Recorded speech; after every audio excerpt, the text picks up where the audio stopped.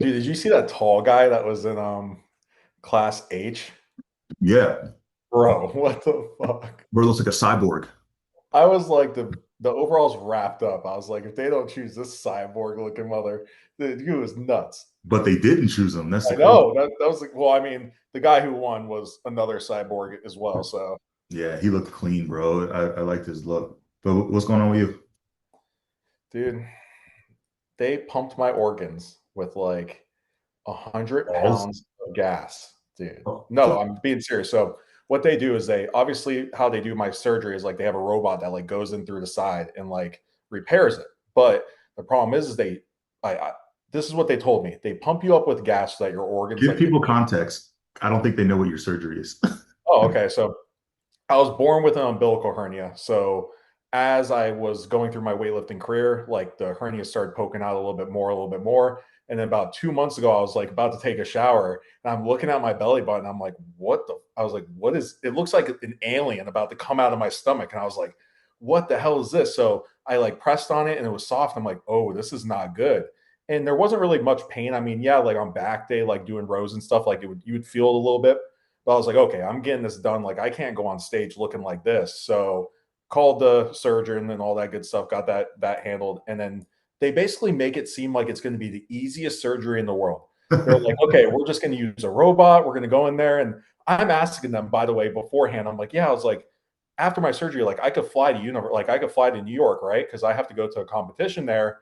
And they're like, you'll probably be a little bit uncomfortable. Like you could try, but like we don't recommend it. And I'm like, okay, I'm gonna do it. Like, whatever, I don't care. So, dude, no. So they tell you they pump your insides with gas to expand it. So I guess it's easier to work in there. And then what they do is they rearrange your organs, basically, like your intestines. They put a mesh in front of like the hole so Yeah, that the intestines can't pop through anymore. Yep. yeah. And then they basically sew you back up. Anyways, it took me like my girl was saying an hour for them to wake me up out of the anesthesia, by the way. I almost didn't wake up. Oh, I've been there. So that was the first problem. And then you're laying in bed and they're like, okay, let's get you out of this chair. So I go to get out and imagine your stomach. Like, I don't know if you've ever bloated before, Yeah. but imagine like that times three and you're Uh-huh. trying to walk. Dude, most painful thing I've ever experienced. And then you get home and you have to lay down, like you can't do anything. Like I can't walk, can't do anything. And I have to lay there and like piss into a cup. Like while my girl empties it for me. Like I can't Oh move. shit. But then, by the way, so I didn't eat for that whole day. So then I got really hungry. And then obviously I dabbled in a little bit of other things to ease my time. So I ate a bunch of food, which, by the way, your intestines are still filled with gas. So now you can't break down any of the food. And then you're creating more gas. So then all of a sudden, dude, I'm trying to release this gas. It's not working, bro. Like I'm starting to get nauseous and everything. Then I start almost puking. So now my body is like convulsing, and they just rearranged all my organs, by the way. So I'm sitting there trying to puke, can't shit, And can't that do probably hurts anything. so bad too. Like just the The pressure. worst pain. It feels like you took like a sledgehammer and put nails on it, and every single time they were just whacking me in the stomach over and over. So Thursday night was the worst. I almost went back to the hospital because it was that bad. Yeah, it was that bad. They Is it called me better in. now? Are you So oh you're on a podcast. You feeling manageable? So yeah, I walked here. It was pretty good, but I've been walking around for like 10 minutes at a time, Yeah. and it just feels like you ate like 20 meals and you're bloated and your stomach's like pushing out and you can't keep it in because you have no ab control. So that's like the only problem right now. Like good to Yeah. go to the bathroom, all that good stuff now, but it doesn't look pretty. I'll tell you that. Like my I've heard some stomach's. horror stories, bro. I've had clients get it done before. Dorian is getting his done. He's probably listening to this shitting himself, but he's getting it done like after this season. Um, Oh I'm no. not looking forward to it, bro. I Um, gotta call him then because yeah, talk him through it. I mean, you talked him through his other surgery. I think it was you, or no, Ben, with your yeah, information. that is nothing. This is Yeah, I would not wish this upon my worst enemy. Let's put it that way. crazy. So you And you compare downplayed it this is 10 times worse than the hair transplant? a million times worse. A million times 20 on top of that. People get gas with those. I told you those needles. You know what I'm talking about? Like the Dude, big that ass was needle. that felt like nothing. Like if you've like taken needles before, like it feels a little uncomfortable. But Yeah. this, bro, no, no, man. Don't. don't ever do it if you don't need to do it. Like if it's a little bump, don't do it because the doctor's gonna be like, yeah, you'll be fine. No. Yeah, they gas it. Well, I had a little bit of a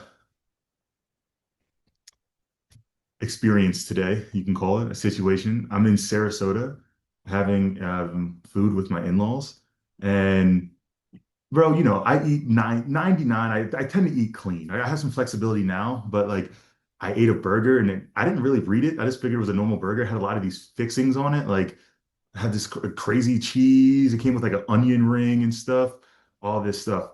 Oh no. It came with all this stuff, right? And I'm driving home, bro. My stomach turns. It just flips. It just fell out your ass, bro. Bro, what up, Sid? What up, man? But I'm gonna apologize now. I'm telling Chris something that happened to me today. I don't want you to look at me any different, all right? All right. So I'm driving back home, bro. I'm driving back home from brunch, and my stomach just twists. And any bodybuilder knows, like, if you when you sometimes like something you're perfectly fine 1 minute and your stomach flips, and like, bro, you gotta take a shit. Bad. Like it's like immediate, bro. So I'm like 10 minutes from home too when this happens. 10 minutes. I'm like, so most people could muster that shit up. Oh, you're puckering. Bro, I'm puckering like hard. Like bro, I'm like, and my wife is driving too, because like my stomach's a little fucked. So she's driving. And I'm like, oh, I'm sitting in there. I'm like, oh, dude, I start sweating. And I'm like, all right, get up on this next exit, like right now, like right now. And she's put into a situation like, oh fuck. And so like she starts to get off on this exit, and it then turns into, you need to pull the fuck over right the fuck now. You went on the side of the road. Right the fuck now, bro. Bro, keep in Bro, mind, I can't laugh. No, ow. bro, keep in mind, we're getting off this like we're getting off the major highway turning. And I literally, while the car is going, I'm like, you gotta pull it over now. I hop out the car. Keep in mind, I'm so blessed that it was like a divot, so it goes down a little bit, and then there's like, so you were hiding in the ditch shitting. bro, I ran down that fucking ditch. Oh my God. Bro. You probably got the same thing as what happened to me the other week. You probably got hepatitis A like I did. Hey man, so you know how when you're so I'm a loner, right? So in a sense where like I plan everything, so I don't go too far away from the shitter. If it's my work, if it's my house, whatever it is, right? I eat, I know it's coming. It's coming, right? So I'm in New York, right? I am far away from my home. My parents are there after my show. Everybody's like, hey, we got to do the touristy stuff. You got to eat a piece of New York cheesecake. You got to have New York pizza. I mean, I haven't had dairy in maybe, dude, 6 months at this point, you know? So I'm like, oh, yeah, let's go. I'm excited. And I'm like, oh, man, good to go. Man, we're going to the fucking Statue of Liberty ferry, brother. So it's not like I could pull over to the side of the road. I gotta jump in the pond, Yeah, brother. he's off the side of the ferry. Bro, He was feeding the fish. Dude, I had to pretend like I'm one of the fucking employees to just go into the building. I was like, dude, I just literally looked at the guy and goes, do you know what a mondo is? I'm about to drop a mondo. I need to go, brother. I need to go. Hey, Drew, you got any shitting stories? Any what? Podcast. This has been a weird one so far. Sorry. I love it. But I'm telling you, bro, the reason I say that now, because like I'm like, it was like so much, bro. Like that, like I still feel uncomfortable. Like my stuff, like I'm sitting here, I don't know how to explain it. Like it feels like, look, people are probably eating watching this fucking podcast. No, they're doing cardio. They should be doing their cardio. They should be doing their cardio. But we don't have to recap that. But I'm telling you, bro, that was an experience that had never happened to me before. Like actually having to go on the side of a highway. Like that's pretty crazy. That's bro, crazy. I threw up on the side of a highway, but not shit. I've done that. But bro, I had to take off I had Outfleet underwear. I had to fucking take those off. I had to wipe them, Brad a film in the fucking, like what am I saying? Oh my God, that's great. Oh my God. Oh, actually, I think I do have a story, and my mom knows this story because it happened in her car when she wasn't with me. What the fuck? So she just got Elaborate. back in her car and smelled like So doo. I was driving her car. I used to travel like every other weekend. I go visit my friend in Michigan. He was a police officer, so we ended up going out there, and we just weren't in the same state anymore. So I'd take the trip out there, see him, spend some time, and drive my way back. And I'm the guy that when I'm in a car, I have to make it from point A to B with the minimal stops. Yeah. And for some reason, something wasn't sitting with me. Night of drinking and whatever the day before, I'm driving back, and how Michigan is, and kind of coming through and going through Indiana, it's all dead. The rest stops are like 20 to 30 miles apart.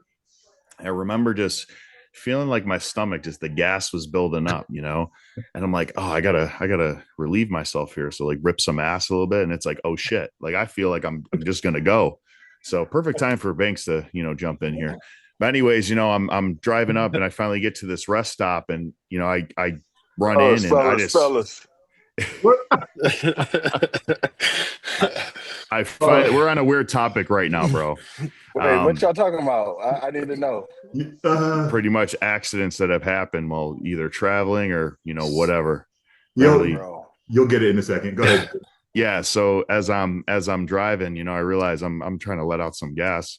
I thought I shit myself, but at the time I don't think I did. I ended up getting to the rest stop, and I'm like, I couldn't hold it anymore. I ended up shitting myself, just ripping my underwear off, throwing them out completely in the at the rest stop bathroom, bro. This had to be like 2018, 2017. Okay. I think every fish in the ocean felt my farts today.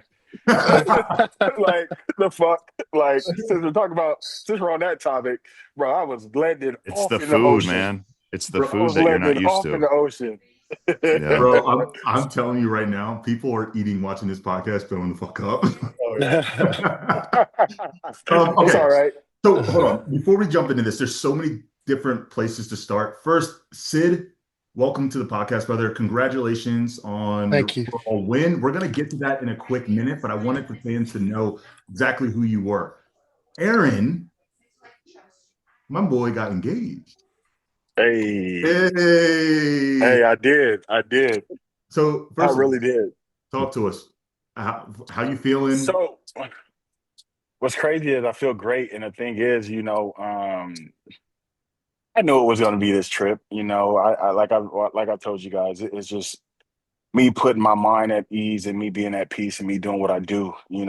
Outside of bodybuilding, we get so drug into bodybuilding is bodybuilding that, but I haven't thought about bodybuilding. I didn't watch no Team Universe. I didn't watch shit.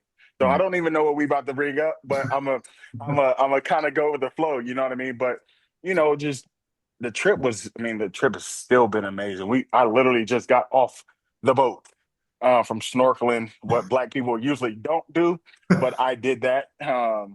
You guys will see the videos pretty soon, but it was just a surreal moment, man. And I was nervous as shit. Like, I didn't know how it was going to happen and how like things were going to pan out. But I had the butlers literally, because we had butlers for our little villa. And the thing is, I was messaging them like a week prior to setting everything up, and I said, I need to make sure this is like that is like this. Because they do this, the heart dinner and stuff like that. But I wanted to make sure, things were set up in the proper way to where pictures was taken and X, Y, and Z. And then I had a fucking towel. So I grabbed the towel because of course I'm in all white, right? So I'm in all white. She's like, why you got a towel for? Like, it was a little white towel. But I don't know, I'm sweaty, So next, we walked back over to the heart, and so she had no idea. And this was the first time she had zero freaking clue on a surprise. Yeah. Every surprise that I've tried to do, ruined. Thanks, babe. Thanks. It is your fault. But literally every time I've tried to like literally surprise her with anything, she ends up finding out. But this one was out of the left field, bro. And it's just all smiles and happiness, man, from there.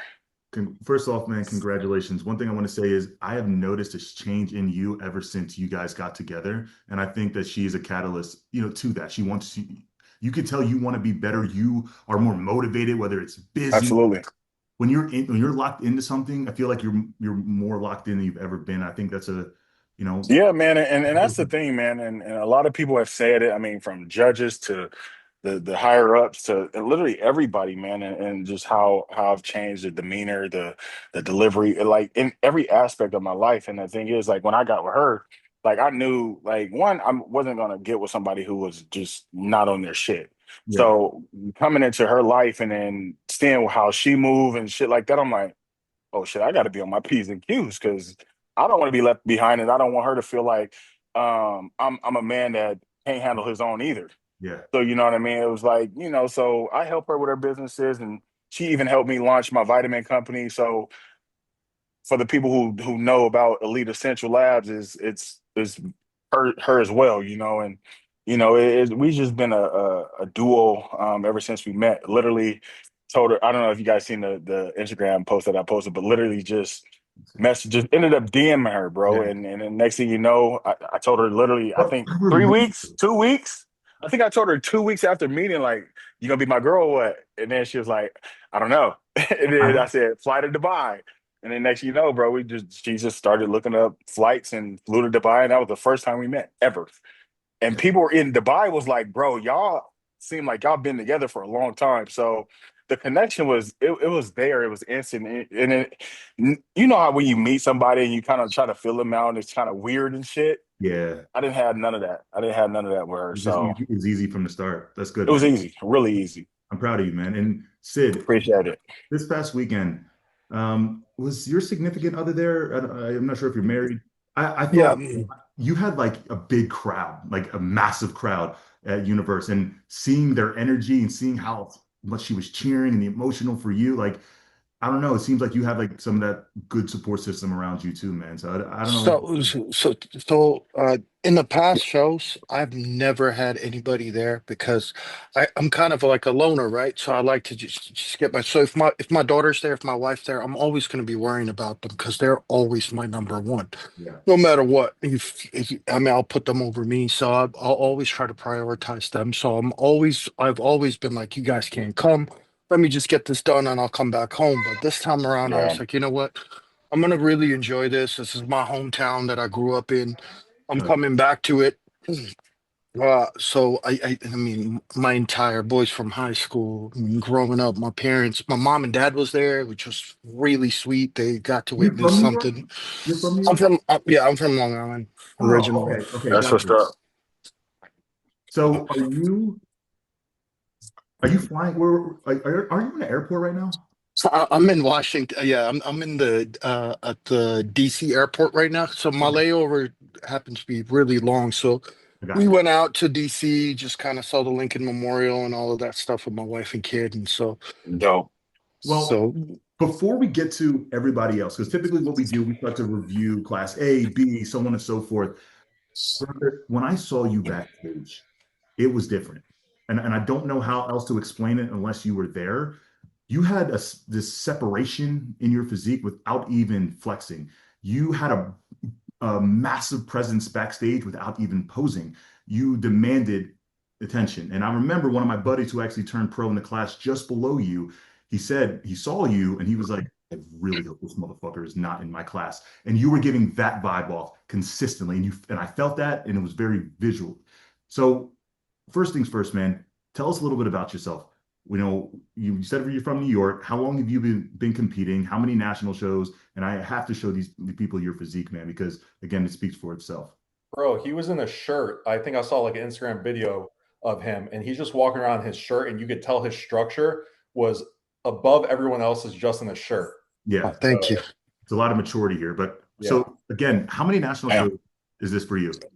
I think this is my oh no, my fifth national show. Wow, five. Yeah. So I have to ask, what happened at the other national shows? Because I Got don't, a nice ass back. yeah, I don't understand how this physique, doesn't really get it done early. Like, what was it before that didn't necessarily allow you to cross that finish line? My feedbacks from the previous shows for my shoulder caps, they're actually significantly bigger. So I I had to basically I haven't worked out my shoulders in 2 years Uh, to just kind of just get them under I mean, control to just be proportional for the taper to come in. So they were just very overwhelming. And I knew they were overwhelming on my other shows because they were just capped out way too much. Yeah. I'm surprised I was holding you back from a pro card, but man, this is insane. Look, Drew, first thing first, like what's the first thing you think of when you see this? Taper. Yeah. He has a For taper. sure. It's just the structure How tall are immediately. you? I'm 6 foot. Six foot. I'm usually 6'2", but every time I get like the day before the show, Wait, I guess, yeah, I'm 6 foot. I'm the So. same way. I'm 6'1", and they measure me at 5'11" and a half every time. So I'm actually 6'2", and they measure me at don't listen to 5'10". that guy. yeah, so That's a fake beard too. Chris, it, I know, but again, man, I can also see from his previous feedback that the shoulders was an issue because the shoulders was my issue. I yeah, had to also stop training my shoulders for 2 years, and then kind of let everything catch up. And then guess what? I had to start training again because everything caught up. And now, you got to continue that taper. So now everything is definitely caught up. Start yeah, training your shoulders again. But keep everything symmetrical, bro. Your shape is phenomenal. Again, I didn't even watch this show, but looking at these videos, I can only imagine what you look like in person. This And Soratis. for me, like your back it's nuts, bro. is pro level right now. Right You now. you have a better back than a lot of pro physiques. So just continue to push that, build the density, and continue to do what you do, bro. You look Look, really Thank you. good. Thank Drew, you. personally, I think this is probably one of the most pro-ready physiques I've seen, maybe outside of like Ricardo Sinet. I think his was a little bit different. He was a pro before in another division, comes over here, Yeah. a fast rise. But outside of him, I don't remember seeing a pro or an amateur who just turned pro ready for the big Yeah. stage so quickly. Yeah. You see the same thing? Yeah, that's kind of how I always look at it. I remember Julian Smith last year when he won. He actually took time off, but even with the time off, he still came into the New York Pro a year later with major improvements and still wasn't in the mix of a top 10. Now, this is a physique, depending on the show, could definitely be a first call out. Yep. Strategizing it. There's still minor things that you could always improve on. And, it's always going to be that way to just, at the top tier level, it's the least amount of weaknesses winning a show. So with your height and everything, I mean, the taper that you have, the structure that you have, that's what's going to set you apart. And definitely would be a first call out at a pro show. A lot of these physiques the past few years, you see guys that win the overall, even winning an overall with ease, they go into a pro show, even if it's not even a big one, they may not be in a top 6. Bro, you see it So, time again. Yeah. Time again. But Thank you. this physique just kind of gives off a different vibe though. Like I can see this standing on stage with current pros and giving them a run for their money. Like you said, there's not a lot of holes, like he has the back, he has the conditioning, he has the detail. Only thing I would tell him to do is just push the upper chest just a little bit, Yep. maybe a little bit more Because you're upper so back wide. to give you that pop. So wide. And bro, that your physique is there. It's there. Yeah, your core is top tier, bro. That's the first thing I noticed. The Soratis, Facts. almost like that Ali Bilal type But of. one thing oblique. I want you to do is, and when you present, I don't give a damn who they Already call. have it in. Finish your posing. Yeah. Finish Yes, it. sir. Because when you come back from the back and then you kind of cut it right here and then you walk up the stage, finish that shit, bro. Finish it every time. I don't care who they're calling behind me. I don't care if they're calling me. Finish that shit. Finish Yes, it. sir. Especially as a pro, you know what I mean? Like that time on stage is your time. So, Yes, sir. you know what I mean? It's the little things. But again, man, I'm excited for you. Do you have any plans? Like, are you planning to do a pro debut? Are you shutting it down? What does that look like for you? It's to be honest with you, it's all up to Cuts and whatever he wants me to do. I'm game for it because I mean I'm ready to push. This is practically my life now. I So mean cuts I said you need to do a show. Yeah, Yeah. I agree, bro. I agree. Aren't you from Texas? Don't shut it down. And I'm gonna tell you right now, there's a show July 12th next week. Go to Texas. The Texas Republic, Bernadette's show, the Galvanized Production show. That would be a great show to show your face at. 100%. Yeah, You got top judges that are going to be there. I know I'll be there. Cuts is going to be there. There's going to be so many people there at this show. that you're gonna want to get your face in front of for sure. Yeah, man. You're already ready, man. You're already ready, and you're just gonna prove us right. You're the first guy that we've had on here that actually has the pro caliber physique. Like everybody that gets their pro card, like, okay, yeah, you're only winning out of the guys that show up, right? Like you are the freak at this show. So to really be tested going into a pro show, Right. that's what's really going to show the discrepancy of where you're at versus where you could be and who you stack up next to, right? Mm-hmm. And do you guys see a disadvantage in me taking, let's say, me doing the Texas show down in August or August 15 time frame or something like that? I don't think, put it this way, I don't think you're I going to think put, you're ready already. yeah, I don't You're think ready now. you don't need to. I personally, because again, when it comes to people who just turn pro, I need these rookies to stop thinking that they need to take time off and build. Bro, you're talking to somebody who's been at the top. You're talking to Alex. You're talking to Drew. These guys are pro athletes. We're trying to give you the advice. And the advice is to get your ass on stage. Don't sit back and wait because again, you don't know what can happen. What if this might be that breakthrough rookie of the year? You don't know because guess what? You might not do the show. No, you need to do the show. Yeah, You man. never know There's what's going to always a happen. guy. There's always a guy every year that I would think, and we haven't had this in several years. But who remembers when Corey Morris went pro? I think it was like 2018, and it was just like, holy shit. And then he was just on the scene. He was in the pro ranks, and then he was just like in the mix. Same thing with Banks, right? You never know if you could be that next guy. And if I had your physique going pro, like you just did in a dominant fashion, Right away. I sure as hell would not take time off because you're already there, man. You know, Ariel knows how things are with your body adapting to the supplements, to the diet. You're fresh, you're ready.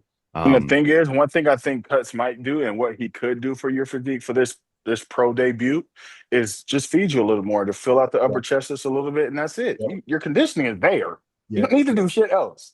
I don't think. I think your lower back would come in a little bit more because what I notice in your back, you have all the density, you have the width, you have the conditioning. But from the back, it didn't look as crisp as the front. And that shows me that it could be a fullness thing because the fuller you get, and I have the same exact thing. I'm very, very tight from the front. My back is very tight when I'm filled out, but it could have that loose skin effect if that muscle isn't pushing against the skin. And that lower doesn't look like it's popping as much as, let's say, your core is. I see that it's there, but it's not popping as much. So that's something that, you could focus on. I don't know how far you are away from the weight cap, but this is me just dissecting everything. I could dissect, Ryan Terry for certain things. Like the goal of this podcast and talking to guys like you that are new to this or don't even compete is to educate on what to look for and what you can apply to your physique because the sport is positive criticism. It's always about what can we do to be better. There's things that Banks could do to be better. Me, Alex, I sure as hell need to improve my back and I slowly am. You're a guy that I see small things that would literally take you from, let's say, a sixth place to potentially winning a pro show if you strategize it. Yeah, man. Yes, sir. The biggest thing is, like I told you backstage, as long as your mental is in a good place, which I'm assuming it is, especially after a win, and you're healthy, I don't think that extra month from now until the show is going to do what a lot of people sometimes think it's going to do. You're not going to grow muscle in that time. And if you do, it's going to come back off when you reverse it back down. And again, like I said, you're already ready now, like assuming you didn't blow it out the water after the few days after the show, man. You have even that he's so conditioned. He's so conditioned that it's not gonna. He's probably just fuller now. When I went to Chicago, Alex, when I went He would be Chicago better. after Vancouver, I ate like bullshit for 3 days and I came in my best ever. So once you're actually in shape, it's kind of hard. Like even after a show, if you ever fuck off, you realize like how long it actually takes your body to like digress. Everything's still in your system. Everything's hitting. Bro, that's coming from a guy who's literally known as no shredded. Like that's different because there's body types out there that can eat for a couple days, bro, and they look like I'm saying the guys that are already in pinnacle top shape conditioning. Yeah, I'm talking. It can't necessarily apply to you because you haven't been at that conditioning yet for yourself, right? Like a lot of guys that aren't at that conditioning yet, it can't apply to them. You get what I'm saying? But I would say that he's at that point to where his conditioning is going to be. He's conditioned. And you could see it in the legs. That's the number one thing that I always said. Remember in Miami, Deke Walker, his legs, like you look at that when you're completely, you look like the veins are over the skin. That's how transparent you are. Especially being there in person and seeing these guys, and the legs are the number one thing, you know. So definitely have an appreciation for the conditioning, and then also the balance, the structure, and you taking upon yourself to cut out the things that you already have as strengths, because you don't want to make your strength stronger to where the weaknesses are more exposed, right? And it's hard to sometimes stop training the things that you're really confident with, because I was always confident with my shoulders. So when I went to the gym and I trained my shoulders, I'm like, yeah, I got that confidence. I got compliments.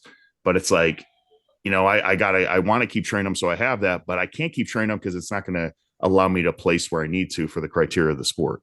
Yeah. So it's hard to do, but it's something that I admire, because I know it's very, very difficult, because I've been there as well. And I think a lot of the guys with the structure have been marked down for having really dominant delts, especially if it's, you know, a point to where you inject, you know, it holds that inflammation. So there's a lot of things in this sport that I kind of, I've learned from myself, and kind of seeing it with, you know, you, and kind of, I lived through this as well, because I could tell that the shoulders are dominant, but it flows more. Because when I look at your physique, and even Chris said, when you're in a t-shirt, you're tapered, bro. You know, Sid, brother, you got a good head on your shoulders. You got a good coach behind you. Like I said, you seem like in a good head. The best coach, not good. And it was confirmed this weekend by Tyler Mannion, and he told me Ariel is the best men's physique coach. Hey, it's weird how we're all coached by him, but Alex is just sitting here like bashing him all the time. It's crazy. Alex is coached by him. He just didn't announce it yet. I'm not. I haven't hired a coach yet. Hey, we're all winning over here. We're all winning over here. Well, Chris, he hasn't won a master show yet, but we're all winning over here. And Alex, you got to get your shit together already. I'm trying to have a baby, bro. Announce it. Well, it's okay. I mean, he said it's okay. Just take a little bit of it might help. It depends. Yeah, but hey, after seeing Sid, he may have swayed me a little bit. But I'm a free agent. My options are open, right, Erin? Like you'll find out when I post it on the. I hope you get the Le'Veon Bell treatment. They don't let you back in the league. I want to see you go on stage and hit an entertaining posing session. Oh man, Sid, you are more than welcome. I know you're in the airport, brother. I appreciate you for being willing. You're more than willing to stay on the pod with us for a bit. I just wanted to introduce you to the world, man, because again, you're a great guy, and I think one thing with the podcast, we always try to emphasize high character individuals here. So again, man, you're awesome. But I'm going to start breaking down the rest of the class. And I think actually Bhuwan is going to hop on here in a little bit too. So you're more than welcome to hang out until your flight. But we got to talk about this guy in class A. So there's a lot of people who got their pro cards here. A lot. So I want to run through it a little bit. But Chris, looking at this guy, what's your first reaction? Oh, he's just super full, man. Just super, super full. I watched the A class. Usually this is the case for A class. You'll have these shorter guys that stack up the muscle, and they're very proportionate in their size. I'm always jealous of the short guys because I'm a tall guy that has long limbs. So I'm always looking at these guys like, why can't I have this muscle? But he was impressive. Only thing I could see obviously on him, and this could be a lighting thing. Like I said, I wasn't there, but just push the conditioning a little bit more, I think would show this muscle a little bit better. But like I said, that could be a lighting thing. Yeah. Erin?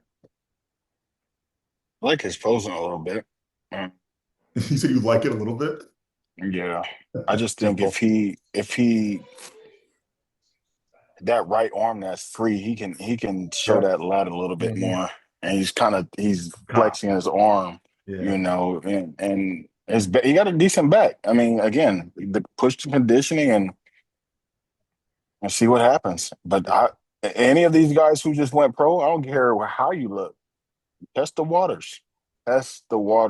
Sid, was there anybody backstage that you saw that really stood out to you? He knows who it is. He knows. Yeah, there was a couple of guys, definitely on class H. Told you. Yeah, he was, and then Cuts told me that he was being coached by him as well, and so I had a conversation with him. So that was kind of cool. Just had a conversation with them, and then I mean, you know what took me by surprise a lot, because I thought I was in good shape for the last few national shows, and then like my shoulders were too big or whatever the case may be. So when I went into this show, I was just so like, oh, keep my shirt on. I'm like, I'm not in shape. I'm not in shape. For some When you reason, know it you're was in in my shape. face. Yeah. And then I was trying. I didn't take my the shirt off till I was trying to get glazed because I was like, all right, I don't want to get in my head. I don't want to get in my head. I just want to stay positive. And I did, and that's when I started kind of looking around the room, and I was just like, people are looking at me weird kind of deal. And I was like, okay, maybe I do look good. Maybe I do look good. So kind of deal. So it was kind of weird.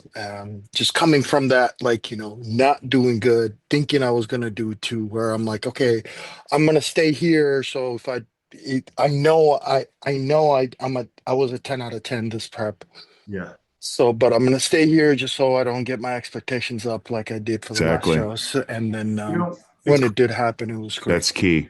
that is a That's a prime. good mind. That's a good mindset to go into the nationals with. Yes, You know sir. what I mean? Because you might have thought you were conditioned and thought I was about to get this pro card, but then you get that downer where like, oh shit, well I just missed it. But now this thing you're fifth and controlling the mindset and going to it with an eased mind and a more mature mind probably as well. That helps you. Yeah. That Let me definitely helps say you. something real quick. So you got a guy like Sid who just explained he's very hard critic on himself based on previous placings. Didn't think he was as conditioned as maybe what he expected or have seen other people or other pros or whatever online. But you have guys like him that are the most conditioned that don't think they're conditioned enough. And then you got the guys that go into nationals that aren't conditioned at all, that think they're the most conditioned. Yep. So the biggest thing that I want to preach is being realistic. It's not about being a hater or telling somebody that, they're delusional when they're delusional. It's about just being realistic, because you got the guys that are at the top that are realistic with themselves. They're not listening to their mother or their best friends telling them how great they are. And I've talked about this many times, and it helps the sport because positive criticism, that's what I've always talked about. The only way that you get better is by getting the real information. If you got your friends telling you that you're better than you are they really your friends? Are they helping you out? No, you're going into shows, spending money to be last call out, to just say, hashtag on Instagram, don't sleep on me. Next year, we were robbed. Yeah. You don't want to be like that part. Nope. I always say everybody needs an Erin Banks in their life, because I've never seriously, we talked about it. I hopped on the podcast right after the win, and I was like, congrats, but you need more work. Like, it was like, again, it's just the real and the raw. It's always been him. It's like the unfiltered. Drew is the same way, but at least Drew will tell you in a way that doesn't. He'll gradually tell you. I'm just gonna tell you how it is. I ain't got time to waste my breath. I'm just gonna tell you. So get you a friend they say like me, because again, you don't need people to toot your own horn. I tell Cuz all the time, bro, I don't need you to toot my horn. That's why he don't fucking give me compliments. He don't give anybody compliments. But when he does, it's like, oh shit. Like, you know what I mean? But you need people like Cuts, you need people like myself and people who just not gonna sugarcoat shit. Like, I don't give a damn if you're best friend or not. Like, yeah. Okay. I just realized we added another Cuts disciple on here. Bhuwan, how you feeling, brother? he think Bhuwan think he's slick. Finally. He just Finally. posted a picture that I saw actually on my trip, and I was like, oh, that motherfucker a week out now. We was just talking about how he was not looking like he was a week out, but no, he looked motherfucker a week out. I tell you that. It happened fast, bro. Bhuwan, how you feeling, man?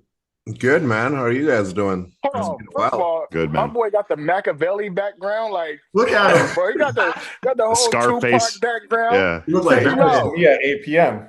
It all looks like Batman. Yeah, I used to have a podcast too, right? And then I just got busy with like all the gym stuff, so I kind of just put it on a back hole. And then so I still have that wall. I still have the setup. It's just not being used. It's all right. You're an honorary guest on here. We have this thing here because every single podcast, ever since we've had you on, we get angry Indian fans commenting that we need Bhuwan. Oh yeah. We never had anything like that. I never seen somebody have the entourage like you do, bro. Oh, that's awesome. You got two Indians now. Yeah, there you go. There it is. We're gonna think we're just doing it to be liked now, because I see the comment section like Banks hates Indians or whatever. I'm like, where does this even come from? Nah, it's funny, man. Like, We make a joke that we have to talk about you for at least 30 seconds every single podcast.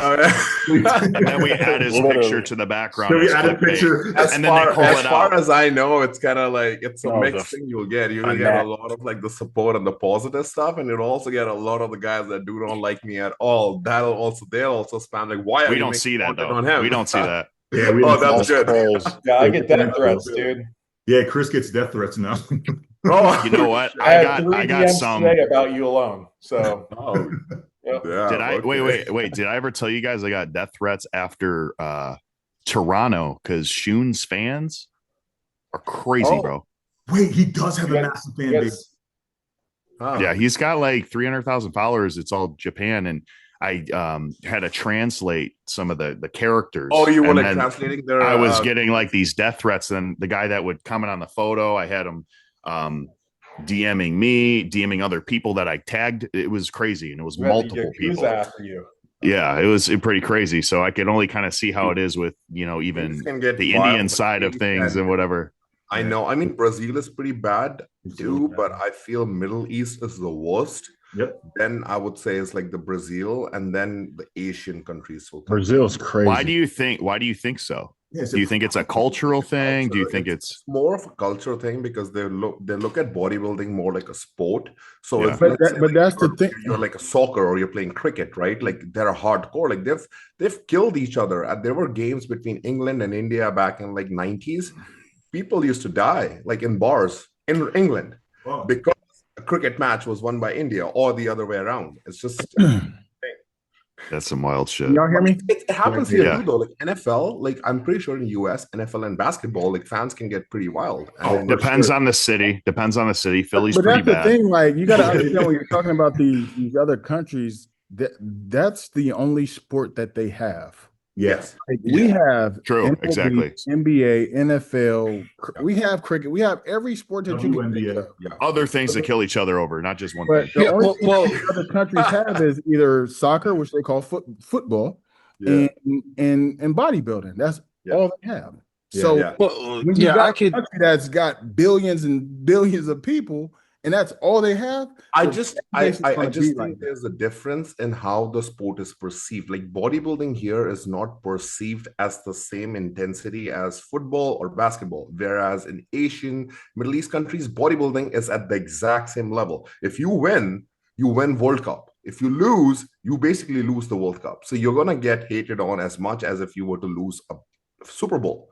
Yeah, but I can attest to that. Exact same level. There's no like up and down. Yeah, that's it. Yeah, well, even me before competing, I knew who Bhuwan was. It's well known. I'm an Indian guy, and I know who Bhuwan is. He's the IFBB pro that went to Olympia. So like in my culture, there's not a lot of them, right? So when it does happen, it's most like it's a coveted person. It's almost like the one American that plays cricket, let's say, and he's really good. You're going to glorify him. He's that one guy from India that's been in Olympia that consistently, and he's really good. So for me, even before I was an amateur, I would message Bhuwan and be like, dude, I'm such a fan. I'm such a fan. I'm such a fan. I'm such a fan. So are you ever going to compete in India? Me? Now as a pro, yeah. Oh, man, I wish I could. I don't know. Yeah, I haven't been there in a long time. Good if you wanted to. When I competed there, that'd be cool. I'm telling you, I competed there. What Bhuwan said, like, you can't understand it until you see it. Like, I did not think I didn't think I was gonna be recognized. Like, I thought people might know me, but like it was different. Like, I'm walking through. I have my wife and. Like people don't give a fuck. They come up to you. They want to take photos. They start lifting your shirt up. Like they are like insane. Like, they love it, bro.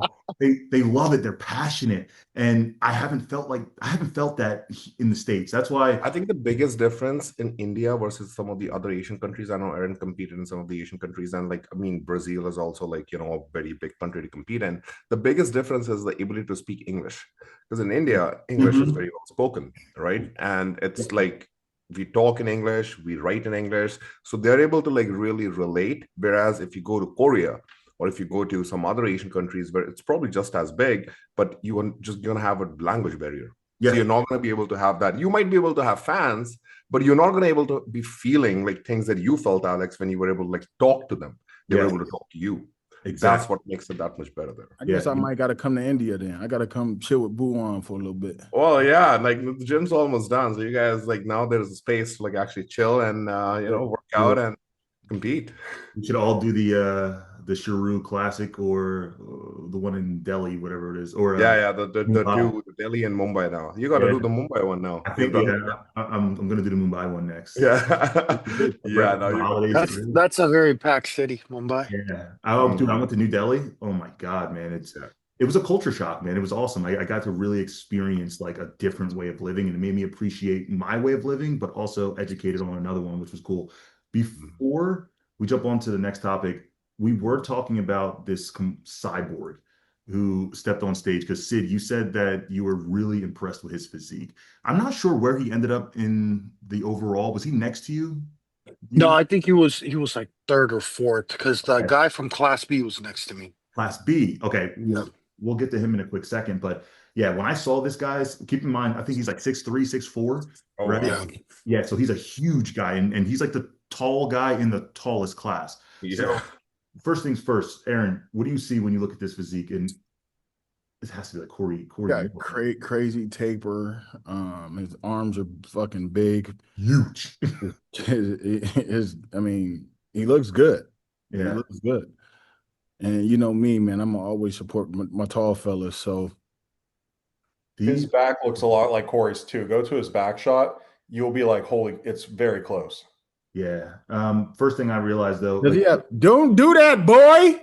Yeah, that's the pose that exposes his kind of like. Do not do exactly. Do now you can see everything, like frontals. Yo, he's on his tippy toes.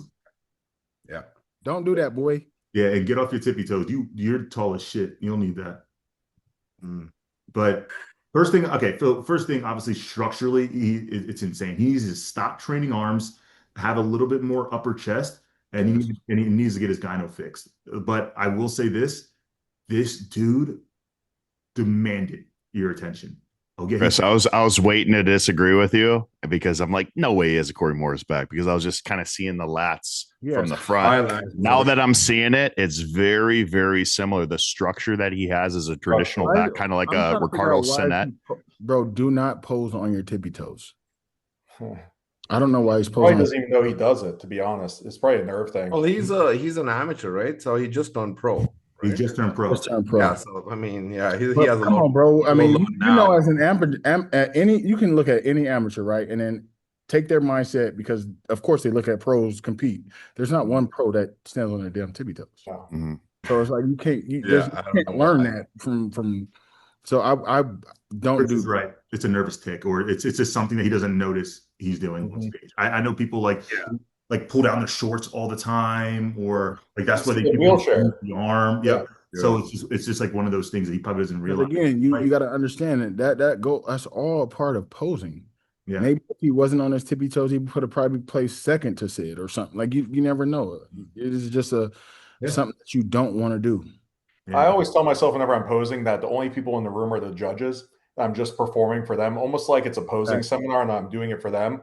And to go slow and take my time, like if I'm going to be in front of those guys, like do it like it is any other day. And then a lot of those things that your extra movements that you do and the speed posing, that stuff will go away if you try to just block out the crowd from everything else. So, and you're only doing it for the judges anyway. So it's a good mindset. I like his structure though. Is they pose in front of mirrors when they're practicing. And then that's the first time in months, they'll go in front. Oh, there's no mirror and there's an audience. And suddenly it's like, oh, what do I do? Yeah. So I think if you just practice it not in front of the mirror, which is not easy, but if you do that, then it's like, oh, it's just normal. It's just another day. Yeah. Do not do both hands on the hips. Regardless of what you do, my man, don't do double hands on the hip. Go to the one hand off. Yeah, Erin, I'm surprised. There was about 3 guys or 4 guys that hit that pose as their main, and they all got pro cards. I was very surprised because it was the one thing that I was like, what the hell is going on? Why are they rewarding this? Because it was showing all the flaws. Yeah, but it's I don't think. But you got to understand is what the judges were presented with. That's true. So they probably could have been more conditioned, more full, whatever the case. Probably posed a little bit better. But at the end of the day, like for this guy with his posing, that is fine. But that back left leg needs to be up a little bit so you can show your twist that hip back a little bit. Yeah. And bro, like your taper's there. Yep. Yeah. His taper's there. The reason Erin is telling this guy to take his hand off hip is because if you notice this lat, right? He already has high lats in himself, right? But you can notice how his tricep is sitting right on his lat. But when he puts his hand off, you can see there's gaps. Yeah. So he's exposing himself. There's just no taper. Yeah. So again, it's little things, but I'm gonna tell you this. I'm a fan of this guy's physique. I think he looks really good. I think he can make a lot of noise early. Like I think to me, next to Sid, he was the next pro ready physique that will cross that stage. Like I think he looks awesome. I just think, like you said, there's some things posing, a little tighter, fixed, push the upper chest once he gets the surgery and everything going. But Buddy could definitely do some damage already. He's got that freak factor for sure. Yeah, no problem. All right, and then you talked about the guy who was in Class B who won. Yeah, this is him here. Again, first things first, I look at his taper. When you're in front of Tyler Mannion, structure reigns supreme. All right. Yes. And then from there, it's conditioning, and then it's muscle density. And as you can tell, it's in that order because the structure is supreme, his conditioning would probably be next, and then muscle density would be third. I think this guy, again, like Erin said, has a lot of potential. I think he needs to fill out his chest a little bit more. He needs to fix his tan. If you notice, his tan on his midsection is different than his lats. Yeah. So like those little things that he can control. But I think he has everything, and he just needs more of everything. What does the back look like? Yeah, let's see. Oh God. But you see what we're talking about right here? See this lap? I don't know why they do that. I really don't know why they do that. Because again, you just got your pro card, but you're gonna go to the pro league and do that shit, you're gonna get last call outs in 37th place. And you're gonna be mad and wonder, like, well, I just won my pro card. It's because of the small shit as an amateur that you're doing that you need to take that shit to another level. Do not do double hands on the hips. All right. What do you think of his back? Nice taper. Nice thickness. Pause. He's standing too wide, and that kind of is making his width look less. Yeah, he doesn't need to lean back as much as well. He could be a little more straight up. Yeah, facts. But I think he's one of those guys, like I said. He got third at Junior Nationals, I think it was, or Junior USA's. I remember seeing him at the show. He competed while we were there. Okay. Yeah. Yep. I think Sid's physique is very different than his. I think this is more streamlined, you know what I mean? And we've seen guys who are not the biggest, not the most conditioned, but have the structure and have the look like the men's physique look and get rewarded. And I think he's one of those similar individuals. I think Sid Alex, a little too much. Alex, when you say streamlined, explain what you mean by that.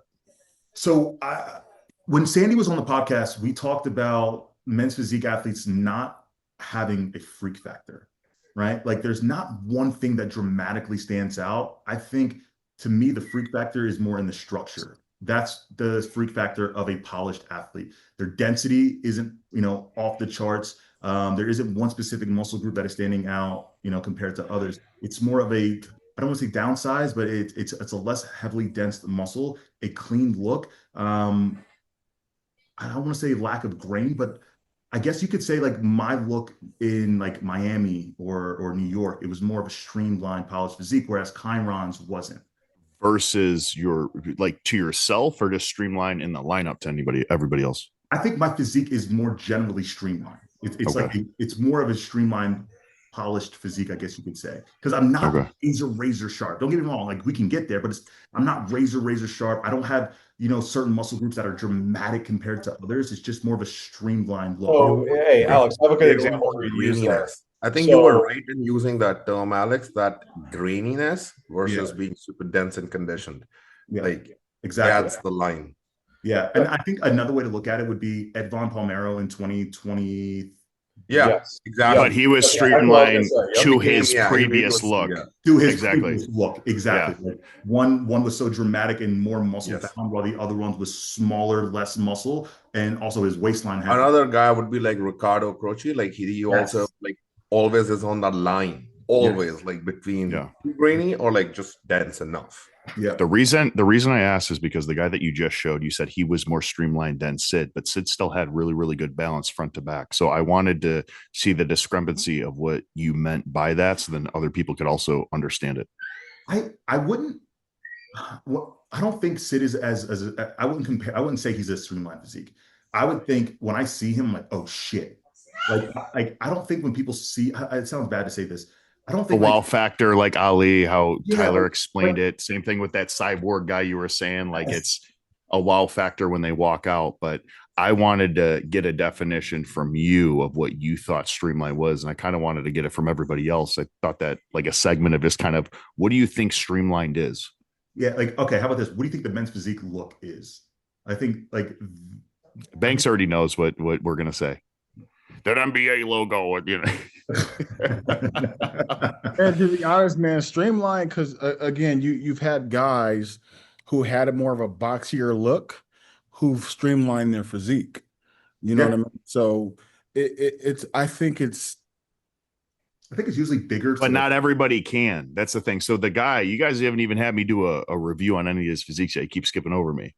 Oh. But anyways, the first guy that was class A, I believe, he's built like a that's not streamlined. How do I say this? Yeah, he couldn't streamline his physique because of the density that he has, and he's more of a narrow clavicle guy. And another thing that I wanted to add in is something I noticed with Sid even as well.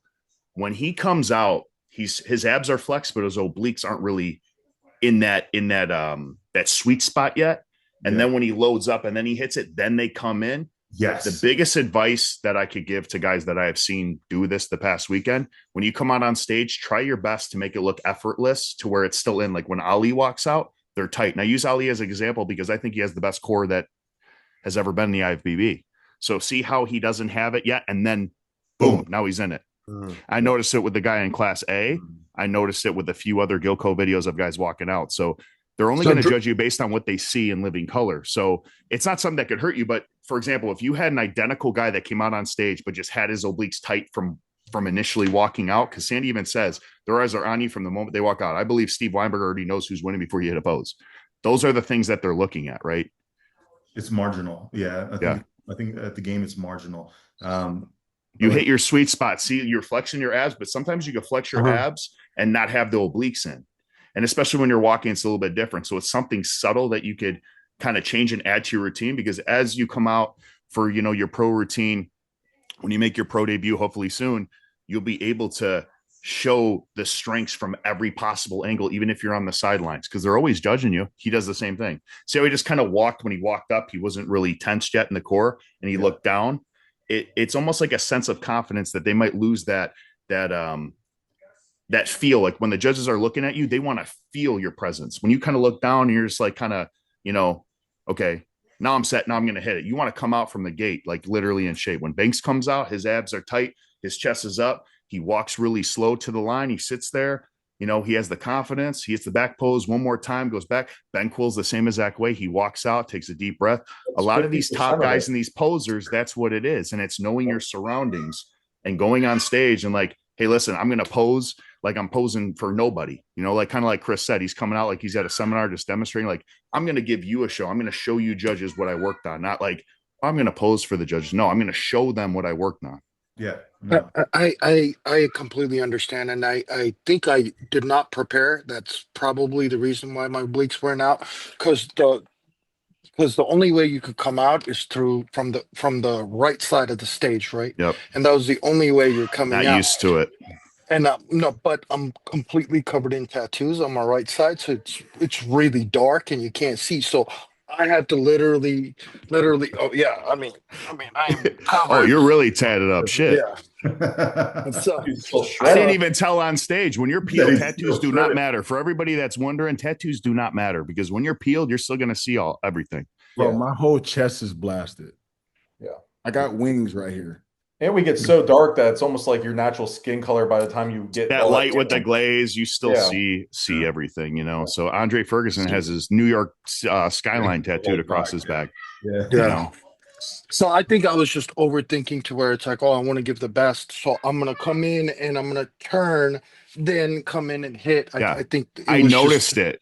it still looks super, super dope, but I'm very analytical, and I literally dissect my own posing routine along with Alex's, along with Erin's. And it's not only to critique them, it's to what can I learn and what kind of feedback can I get back to the people that are watching this that may be doing their first show. Or, you know, I do this for a living, man. I pose people night and day, and it's something that I'm always picking up on. I love it. I have a passion for it. And I'm very tedious. I'm very tedious about it. And that will be part of my routine to prepare from now on, to understand, watch the past show to see, where are they coming out from now. Now it's part of my recon work. You know your sweet spot. You know your sweet spot. You know when your abs are in, or you're taking a selfie in the gym and it's like, oh, that wasn't a good one. I didn't hit it. Like, you flex it a certain way, and like the little detail, the last oblique line is in, and then you're like, you don't get it because, I don't know, it could be the way that you're standing or in the lighting. And then you delete that photo, you take another one, you're like, okay, I got it. That's the sweet spot you got to have on stage at all times. And it's kind of self-awareness, especially like with the judges, whether you walk out the left, whether you walk out the right. Not too many people can pose on both sides, but even if you can pose on both sides, you're going to have your side to pose on. Yeah. So just making sure you find that sweet spot and the engagement. And as much as we practice, we still screw it up, you know. Stage time. That's why you got to make your pro debut here next week. Do it. Tell Ariel. Drew, what do you think of Ramir's physique? He turned pro, and I believe it was class C. One of my favorite physiques of the day, but what you thought? Very bubbly, very full, has the taper, has the shape. Conditioning could definitely use some work, because everything I noticed, the guys that are really full may not have the best conditioning. Also, he's popping that hip out way too much. That hip looks popped out too much. Like, that pose actually is a little bit, that is a dope ass pose. It's different than a Ventura step, but it is like its own little thing on it that makes everything look good because he's bubbly and he's striated. Yeah. Here, I just feel like he's popping that hip out so much and kind of leaning over that it looks uncomfortable. I was going to say, this was like my problem, I think. So this is where Cuts would always tell me, stand tall and act like you're imposing to the judges. Stand tall and rotate that chest. See that lat? We always have a theme to, you know, all the things that we're talking about here. He's not doing a Superman. The arm down, that lat should be showing. So he needs to lean forward and angle a little bit more to where he's going to show when that chest is popped out a little bit more and the hips are back. It's going to make the emphasis more on the chest to the taper, to where he's going to actually appear bigger, even from a picture standpoint, versus what the judges are seeing as well. Yeah, and I also, going off of our previous conversation, I think this would be more of a polished physique. If you notice, there's not a lot of grain to him, but you can tell he's still conditioned. I think he has good muscle and full-ish muscle, but it's also not like, oh, fuck. You know what I mean? It's not solidified yet, especially when you look at a guy like Sid. I always look at the guy that's the overall as a standard of the show, right? Mm-hmm. I don't know how they looked in comparison, but I don't need to know what they look like in comparison to know that his conditioning wasn't up to par with Sid's conditioning, right? Yeah. So it's definitely a polish that he needs to hold himself accountable for. And the back pose, a little bit tweaked here. Right shoulder's high, disengaging that lat. I mean, very, very traditional back, you know, top to bottom, really full, really symmetrical. It's just fine tuning. I'm seeing a lot of guys at this show, like even that guy that was the freak in like class like Z or whatever the hell it was. When I looked at his physique, because you guys didn't ask me for the review, but when I look at him, I'm like, wow, he's a freak. He walks out, he's a freak. But there's a lot of muscles that he has that are so dominant. And then there's a lot of muscles that he has in comparison to what he has that aren't as good, to where it makes him look misproportioned. Like, he had really good quads, thinner calves, really good arms, really good shoulders. The chest was a little bit flatter in comparison to the shoulders and the arms. The back was really dope. But he wasn't hitting it right as well. The lats weren't as flared for as wide as he was. He had his width from his shoulders, not necessarily his back width, but he had the back thickness. So there was a lot of things that were misproportioned. Same thing with this guy. I feel like he has one of the more complete physiques, but he's missing one of the biggest things, and that's the conditioning, the grain, the hardness. And also, he needs to fix his front pose with the knee. Got to bend the knee a little bit just to make it look a little bit more natural. Yeah. Listen, this is the definition of potential. You know, you pick the right parents, you're structurally, you know, superior than the majority. I wish you could pick your parents. Right. You have great conditioning. Like you said, the things that you can control, posing, i.e. General comfort in your front shot, are all things that are going to come as you start to continue. When went pro, I could not pose. And again, I learned it. None of us could, man, when we first started this. None of us could. You know, it's a better poser than me when I started, to be honest with you. So kid has a lot of potential, man, and I'm excited to see what he does because again, all he needs is just like the other guy, more everything because he has everything. Alex, do you have any like high definition pictures of the overall of all the guys together? Yeah, let's go take a look at that. Like we'd still go through their individual, but the biggest thing for me is to kind of see how they stacked up against each other because everybody has their strengths and everybody has their weaknesses. And I kind of put my thinking cap on for what the judges are looking for, being able to kind of see where these guys are placing where they are. You know what I'm saying? No, it makes sense. The comparison is the most important thing. Yeah. Because Sid, you said the other guy that was probably like going to be second to you was the guy in that class H, right? No, that's what I thought. But the class B was the one standing next to me. I thought class H was closest to what I thought would be right next to me. What one was class B? Class the streamlined guy. The streamlined, the first one we talked about. Right. Oh wow. Yeah, exactly. So he looked good. He did look good. He looked really good, really bubbly. All right, you notice a physique that has a lot of potential, but then it's like there's something that's just holding it back, and that little something could literally be 50% of everything. You know, It's like the smallest thing. All right. This is can you see this? The lineup of the whole first call out? I mean, Sid looks like the special guest poser. Yeah, 100%. I'm not even lying, bro. Like you and I was there, but after the show, yeah, you just had a whole different look. It looked like that motherfucker was doing something different. And that's why you work with Ariel. Ariel's doing something different. He knows something different. So first off, this is how you can tell. I will say this guy looks actually better in the He looks better there, yeah. Yeah, like the way that he's demanding in comparison too. And the biggest thing is the waist to shoulder ratio. He's still not the widest guy, but he's definitely the smallest up there too. Yeah. So that's impressive. So for being class B and to have the presence on stage that he does, it speaks volumes. And then Sid, again, you look like a real life cartoon character, brother. Like you're going to be a problem as a pro, man. Keep it up. And then I believe this guy, he was a class maybe D guy. He looked great as well. He's another one with a really tight waist, just needs more muscle. He doesn't have a lot of muscle through the chest, and he can definitely fill out the back a little bit more. But this guy definitely has some potential. Alex, he came by our booth at Pittsburgh and we posed him. Really? That was him? Yeah. Yep. Oh, that's awesome, man. I'm happy to see. I ran into him in the bathroom, and I know he watches the podcast, so I just wanted to, that's awesome. You know, because I didn't watch the show. I was like, how do you do? He's like, oh, I got my pro card. And I was like, oh, shit, man. Awesome. You know, so he was happy about it. So, and I want to talk about my boy right here real quick before we click off.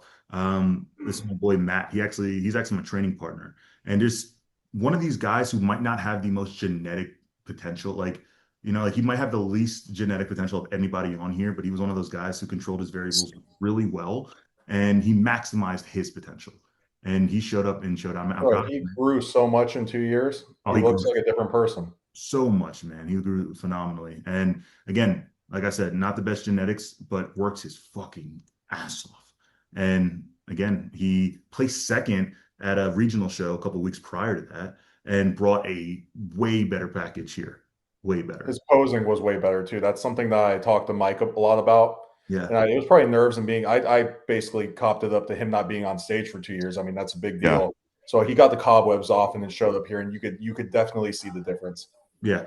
And Drew, if you had to give him any advice, I know it's hard to tell from these photos, but keep in mind, I also want to say this. He's hard to put this. He's a bodybuilder, he's a professional, but like bodybuilding isn't like it's what he does on the side. You know what I mean? Like it's something, but to see how all in he went, even with something that wasn't his primary, you know, it speaks volumes of his character because when he's in it. Yeah. Right? So no, I mean that's the same thing with Banks. He's also a father, a business owner, and all that. So bodybuilding technically still is his life, but he's given that 100%. He's given his business 100%, his relationship 100%. So it's still on the side to other things that he's doing. It's probably the same thing with him. He's taking it serious and it's paying off. That's why he's a pro. Biggest thing is he does have a bigger waist. I think he could manipulate the posing a little bit more, bring that shoulder forward, keep filling out the chest, the arms, and his knee too much. Yeah. Keep filling out. I mean, he has more of a shorter torso, especially with this lineup. Another thing that I want to shift to, since Sid is on here, and the biggest thing is always getting feedback. Now he's split in center with the guy in, you said C, correct? B. You both B. You both pose pretty much very, very similar on the same side. Now, the one thing that I would say about Sid, he's very wide and he's very, very complete in the front. But I think if he posed more like the guy in Class B, to where he's opening up a little bit more, it would open and expand that lat, because he has higher lats. I think it would enhance your taper even more, to where it would just make this pose even better for you. Yeah, I can see that. And your chest is full of shit, so it's not gonna, like, it might fan out a little bit, still gonna be dense, but that with your shoulders, the arms, it's gonna open that lat out a little bit more. It's gonna make you look that much more like your eyes just gonna go straight to you. It already does now, but you just look at how the guy in Class B is the smallest, but he's posing to where he's appearing bigger than he is because of his proportions and everything that's showing. He's not really conditioned, I'd say. He's probably like one of the lower end condition guys just in this lineup, but the way that he's manipulating his posing, he's posing like a big guy. Yep, I couldn't agree more. And his presence is like pumping iron, like Arnold always said. Don't pose like the little guy. You want to open up. And he's next to you, is the biggest guy in the lineup, and he's still, I mean, it's still hands down you, but he's not making it look as bad as it could be, right? I agree. So that's kind of how I view it. And just to wrap it up here, I do want to talk about this guy. He was phenomenal. I also think he's somebody who may be able to pull off the double hand on hip. I'm not sure if Aaron do that. No. If he looks that good on a double hand on hip, he'll look better with it off. All right, fair enough. But yeah, it stands out because of the angle. Like, he's on the other angle. Everybody else is posing up. The guys on the end always look the biggest. Yeah. It's like when we're in a picture, and when I take a picture with Banks and Alex, and they put me in the middle. Pull up his single picture. All right, as I'm pulling up his picture, Bhuwan, real quick, is there a specific side on stage that you prefer to pose from? I've done both, and that's something like I always tell anybody that I help with posing, that you should be prepared, because this happens quite a bit. Actually, it happens a lot in India, because at one time you have like 20 guys, 15 guys on stage, amateurs. Yeah. So because there's so many people, and this happened with one of my clients too, because, and later when I spoke to Steve about it, that's the feedback he got. He couldn't see it. They're not going to move everyone. There's like 100+ competitors. You only get one chance. Yeah. So if you're on the other side, you better practice both sides posing. It may not be your best, but it's better than being completely ignored, because you only get there once.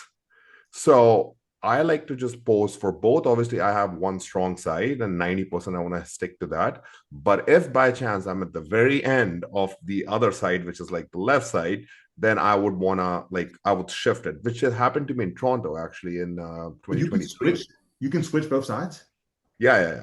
I've done it. In Toronto, I did that. I had to, because I was, starting, I was on the left end, and I know my pose will not show anything. So then I shifted, and then they brought me into the center area, and then I'm like, okay, now I can hit my strong side. So that's kind of like how I try to do that. If you're at the end, and there are more than 6 or 7 guys, yeah, it's going to be very hard. Yeah, and I think that's the problem, man. Like, it's hard. I can't connect with my obliques like I can on my primary. But think about it this way. Is it better to be at 80% pose to at least show your conditioning and structure than maybe they'll get me in the center. Maybe they'll call me. And then they never call you, and they're like, oh, shit. I don't think for me, man, because listen, you've seen me in person, right? My condition needs to be better. I can't pull on my obliques. Oh, you can't. Okay. It's going to look like horrible, right? It's different than naturally being comfortable. You can teach yourself to get comfortable on the other side. I just got to work with the contraction aspect. But I feel like seeing you do that, Ali, Bilal, Brandon. But Ali was still told, as symmetrical as he was still told to pose on a specific side. One side, yeah. Everybody will always have that one side. Even I was later told by Steve and Tyler, hey, stick to this side, but it's okay if you are on the end. So 100%. All right, Erin, I want to get your feedback from him before we get out of here, or at least before we transition to the next topic. But this was the guy we just had pulled up, just a little bit more. Oh, he looks better there than the overall picture. That overall picture just made everybody look 8 weeks out. Yeah. He's flexing his chest, isn't he? Yeah, it does look like that, actually. And that what makes his chest look shallow. Yeah, that's already kills his look. Oh, that's because he doesn't have a back. Need him more tan. Yeah, And, he does need to do more ting. Yeah, but this guy, I think he looks really good. I think he was one of the front shots in the show that like really stood out to me. Oh, here we go. That's so I think much he's a little better. still Hey, or so just a still bad. tidbit. I told his He's coach still 2 days flexing before the to do chest. this. Say it again. I said 2 days he's before to show flexing. it to his coach. Oh, sorry, go Aaron. Me? Yeah, he wasn't talking. Oh, I saw it's delayed on my end, but Oh. So I told his coach 2 days before. I said you need to leave that one hand off the hip because I go it makes your V taper look so much better. And I thought he was going to take my advice, and I was watching the live stream, and he kept doing the double hand on hip, and I'm like, dude, that's making your chest look so much shallower. So as you see in this picture, like Aaron's saying, it's so much better. I mean, that V taper, you can see it doesn't make his chest look as bad. He's still flexing his chest though. Yeah, he's still pushing it against I his swear, because you like, can I even think he's see an where the anxious. shoulder I being think like flexed. it's all the he's just very like you can just tell like you can see it from his face and the way he's flexing Anxious. his chest and back, like he's just a little anxious up there. Yeah, I think that's what it is. It's just nerves. Like it's just one of those things where you have to be relaxed enough on stage to feel the muscle. In men's physique, there should be 2 muscle groups flex. It should be your midsection and your lats. If you're flexing a lot of other things, you're gonna look tense. You know what I mean? Like just simplify it. And it's posture. Posture is a big thing too. Because even if you're not pushing on your chest, the angle that you make, like remember, the judges are looking at you from down. So if you lean forward a little bit, it's going to create a different illusion as well. Because I've taken pictures in the gym on a tripod that's low and high or whatever. I got to manipulate to the camera of where I'm angling my pose to really look. Oh, is that how you do it? Better. Yeah. I try to manipulate it a little bit. I gotta lean forward a little bit more. Like same thing with with your back pose. You ever pose in like a gym that's like it shadows so much and you got to hit your back pose a little different and lean forward because your traps are kind of foreshadowing everything else that looks washed out. So you got to kind of manipulate it. So when I'm on stage, I kind of lean forward a little bit more. Instead of jumping the line, you lean forward a little bit more. I like that. Yeah. Bhuwan, what are you? A week out now? Yesterday? 6 days? Pretty much like 6 days. So, I mean, I'm week out and then 2 weeks out and then 3 weeks out and then 4 weeks out. So Chicago, right? Marathon run. I know you're doing Chicago too, right?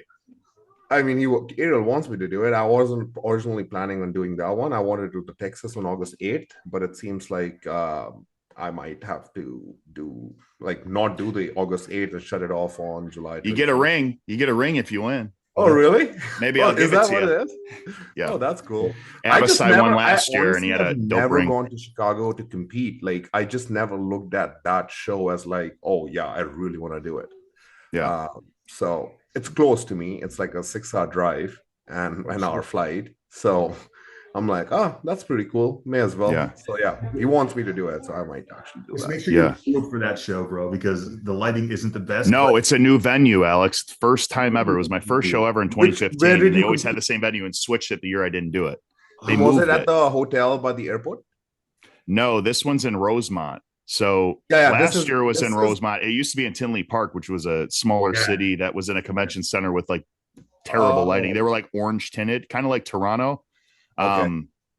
But it's in a newer venue now, and it's a lot better, dude. It's a lot better. I was looking at it. It's at the airport. It's by the airport area. Yeah, it's like 2 minutes away from the airport. You literally get off and you just it's 2 minutes away, 2 blocks. It's close. You still got to get an Uber just because it's connected to a highway, but it's a nice hotel. It's a newer hotel. It seems like it's very simple to get in. You're not looking for anything. The tanning's right next door to everything. Big lobby. I don't know if I saw the show last year, but I remember the venue that you're talking about. That's probably why I just didn't really care about it. I wanted to going to like good venues, good lighting, good shows. But it's really good lighting, and Gilco did that one last year because Abasai and then Mod Shakri and Sadiq, Deke Walker. Like it was really dope. You'll like it. If you decide to do it, you'll really like it. Won that show last year, Abasai? Abasai, yeah. And he won the Republic. Oh, so he won. He did back-to-back shows too last year. I don't know what he's doing. He hasn't posted anything, but he was blazing last year. Yeah. So, Bhuwan, no matter what, you win Texas, you're jumping into another show. Yeah. These are all like planned out shows from beforehand. Like I had this whole planned out. So what's your thought process in doing that? Is because you have a new coach? Is it because you want to test your new look? Like I just love doing more than 3 to 4 shows a year. Like I've never done less than 3-4 shows a year. So why do it less this year? Yeah. Right. So Like, I just feel like once you're ready, let's say sometimes you improve from show to show. Sometimes you hit your peak and then you just kind of like cruise into it. I've kind of done it both ways. But I just have this thought process. We're men's physique athletes. We don't blast too much drugs. We don't take too many diuretics. If you're conditioned, if you're ready, why not just do it? Like, why not? Yeah. So there is a variable that's missing. How close are you from the weight cap? Oh, I put on a lot of size this time. Right now I'm about 214 pounds. Okay. And my weight cap is 217. So I think I should be on stage between like 212. He's good. Yeah. Yeah. The only thing with doing multiple shows, for me personally, it becomes a struggle to where you'll start to digress when you're so close to that weight cap, because there's a lot more stress on your body, and especially mentally when you know you got to get close. So being under it, but I mean, that's the only thing, you know. Yeah, see, if you have to deplete that hard and then like be so careful about your weight, then I understand, because then it's like it's stress on the body too. For me, I don't have to worry about that. I just have to like just cruise into it. I'm still quite a bit away from my weight cap, but a lot closer this year than last time I was on stage. I was like 206, 205, 205 actually. And you're just refined. You're more conditioned. You've always had really, really good condition, but you're more refined. So I think even with that extra weight, prep has just been like just not depleting at all. Like, it's just been full. Like, this 21 weeks so far on prep, so it's also my longest prep so far. Yeah, you look so much different, bro. You look so different. It is. It's a lot of muscle. I never seen your chest like that. This wasn't even a chest day. It was a back day. So I've never seen my chest like full on back days, leg days. I sent Ariel like my check-ins after my leg days. He wants to see me like when there's no blood in upper body, and it's still full. So I know like it's a lot of new muscle that we were able to keep, and then the fullness that we were able to keep throughout the prep too. That's awesome, man. I'm excited for you. So just a refresher, how long did you take off before this show? How long is it since you've been on stage? Oh, last time I was November 2023. It was my last show, right? So that'll be more like 18, 19 months almost. 19 months. And being away from the stage that long, like, honestly, the hardest thing was this prep, like 21 weeks. It's already been 21 weeks for me of just being in a proper slow deficit, and that is like a lot. Like, usually my preps are always 14 weeks. I've never done more than like 14, and then I would do like 3 shows. But then to be on a prep for 21 weeks, but I can see why. Like, I probably needed that too, because being in a surplus for so long, the gradual process really helped me out to just keep that fullness, keep that strength. Like, my strength hasn't dipped at all, and just like I just think that there's so many different things I did this prep. What is it like working with cuts from your perspective? I always hear from Drew, Erin's, Chris's, now Sid's. Your perspective. So it's been 20 weeks now since I've been working with him, and I think the biggest difference with him is, one, I don't know how he manages so many clients and is always like able to like get back so quickly. I'm not used to that. I'm the kind of guy that like really doesn't need any like communication. Like, just give me what to do and I'll just leave you alone. I'll just do my thing. But to be able to like constantly communicate was for me also like a learning curve, to like, sending him constant check-ins. Even like when we were 20 weeks out, he still wanted twice or thrice a week check-ins. I'm not used to that. So that was different. Two, it was just being so slow with the whole like fat loss process, like not making much changes. So that was also something new for me, like so slow. So like maybe half a pound, 1 pound. He'll keep the food the same for like an extended period of time? Yes. And that is new, because as I said, like 21 weeks, I wasn't fat in off season. Like I've dropped, like maximum was like 244, 245. So realistically, it's been like about 26, 27 pounds that I've lost over 21 weeks. So it's very slow. Hey, Bhuwan's right in that. I had 8-week stretch last prep where he didn't change my meals one bit. 8 weeks. And I'm like, what's going on here? But I was losing weight. So I'm like, okay, it's working. Like, and he said that after the 8, he's like, okay, now we got to change. So he's absolutely right. He won't change it if he doesn't need to. Yeah. So I think everything together just kind of worked out, because my biggest concern when I went to him was, hey, will I be able to hold on to the size that I've put on? Because I put on size before too, and I would kind of lose it. That happened to me in 2023. 2022, I was much bigger. I was 3 to 4 pounds bigger. 2023, I was smaller. That's why my placing regressed. Because again, instead of getting better, my size I kind of lost. So with him, my biggest concern was like, hey, just make sure I do not lose any muscle that I took 12 months of off season for. So you any muscle. Yep. And you can see now, like now I'm like, oh shit, we probably even grew, if not kept all the muscle that I kept. And it's a big difference. Like my lowest weight was 200 pounds in 2023 at the Olympia. And this time my lowest weight has been 213. Oh, damn. Okay. Like, hey, Alex, can I? And I do not expect myself to lose more than 1 pound, like 1.5 pounds. Go ahead, Sid, real quick.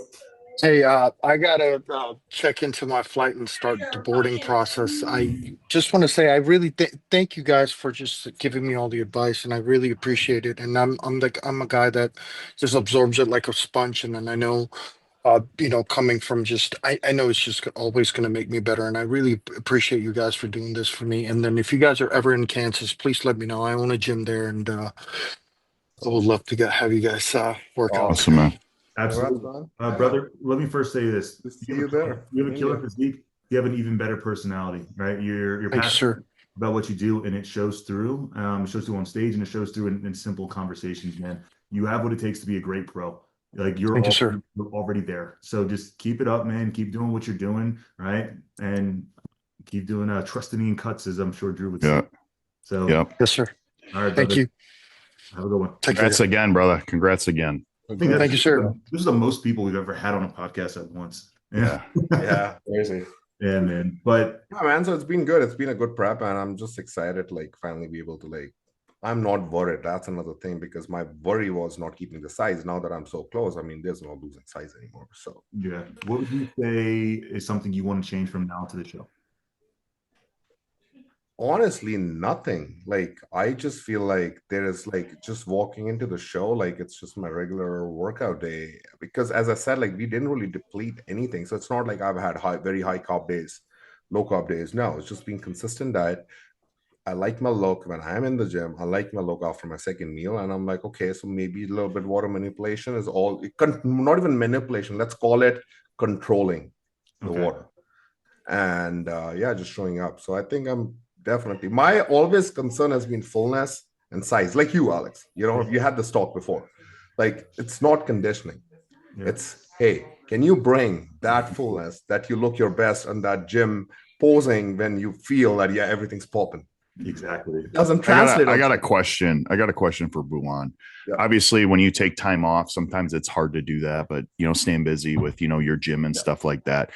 Did you expect to look the way you do now after taking all that time off and coming back? My goal was I will not step on stage if I'm not 212 pounds stage. That was like I said to him 6 months ago. I said it to myself. If I'm anything less than 210, and I have these messages to him. I'm like, if I'm less than 210, I'm not competing this year. I don't care. So that's like, because that was my feedback. Like Tara told me, you need 6 pounds of muscle. I'm like, oh, okay. So let's get on it. But why 6? Let's get to about 8 to 10. So then I can at least, be more than what they want. So that was the goal. Like anything less than that, what would that do for me? Just maybe qualify for the Olympia and that's it. Yeah.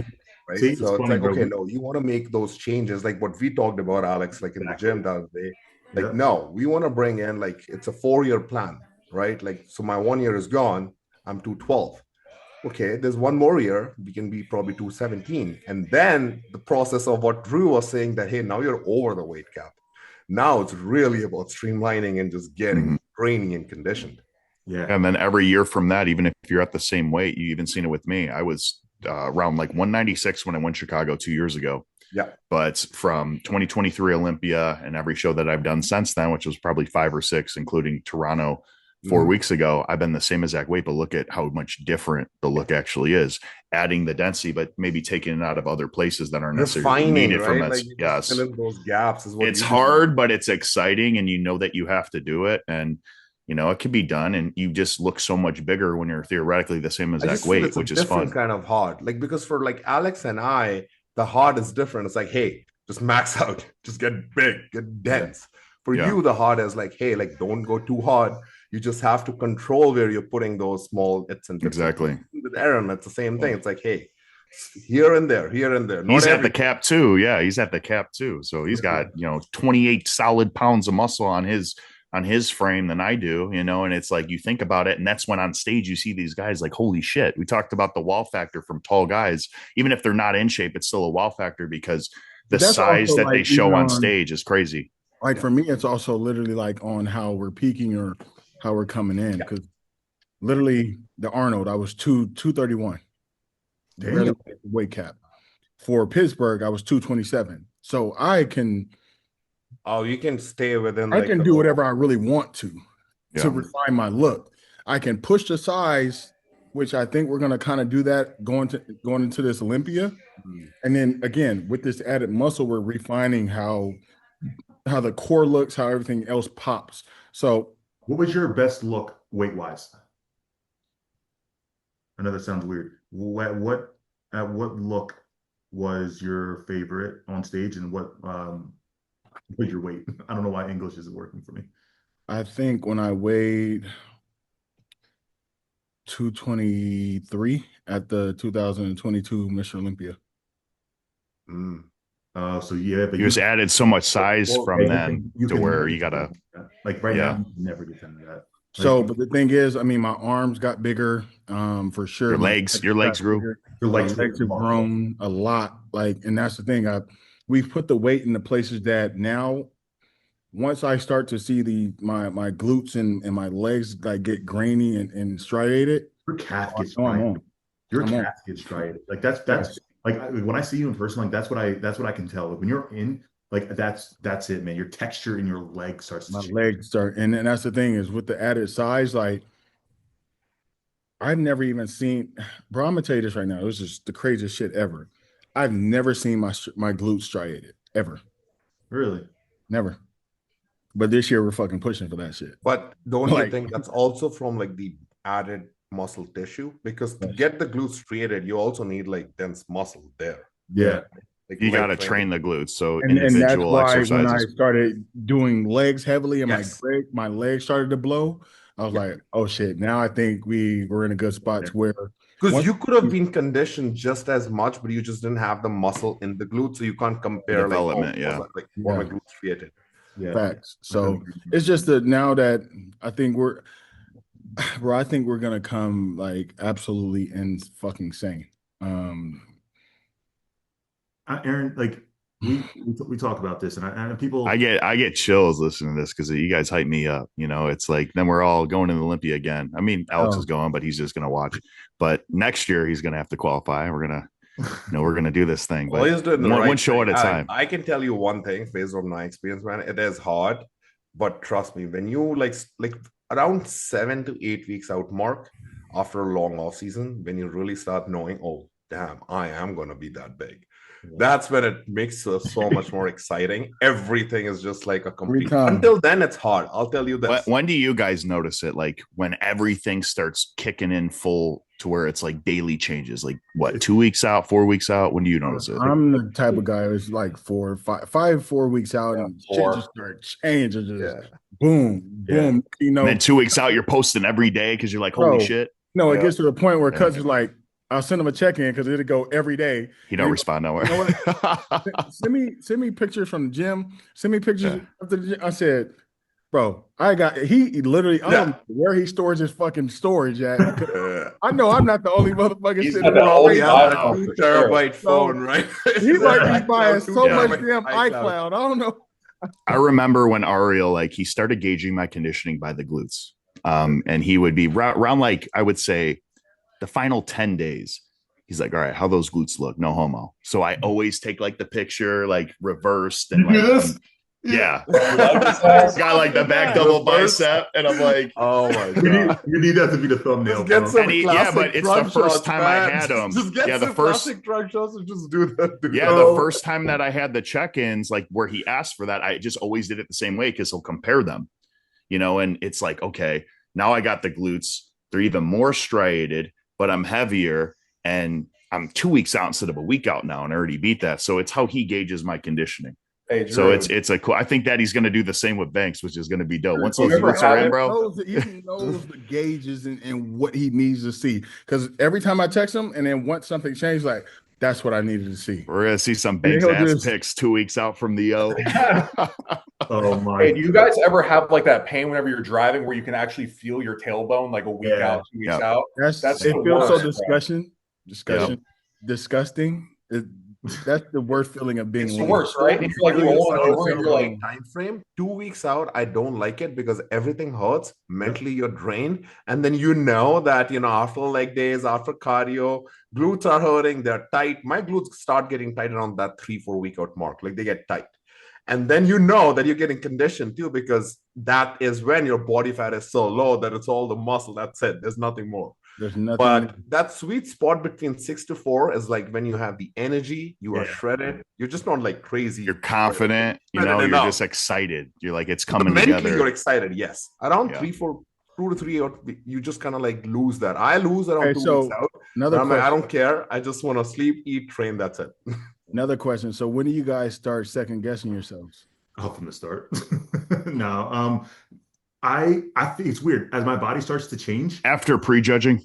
You hear everything else, It's like you got it until you start hearing shit, and then you're like, because you don't know. I underestimate myself a lot. Like there's been times where I'm backstage. I think we've all done it to where you'll see somebody like, holy shit, he looks great. But then once the photos come out, and you're like, yes, wait, I look way better. Yes. You know what I mean? Yes. It's like, wow, this guy's a freak, but you're like, wait, I'm actually bigger than him based on these photos. You don't look at yourself in the same light and angle. So you always give credit where credit's due when a guy has something that you may not have as much, right? So that's kind of, I'm tanning next to Ramon Dino, and I'm sitting there, and he's telling me, you look good, you look good.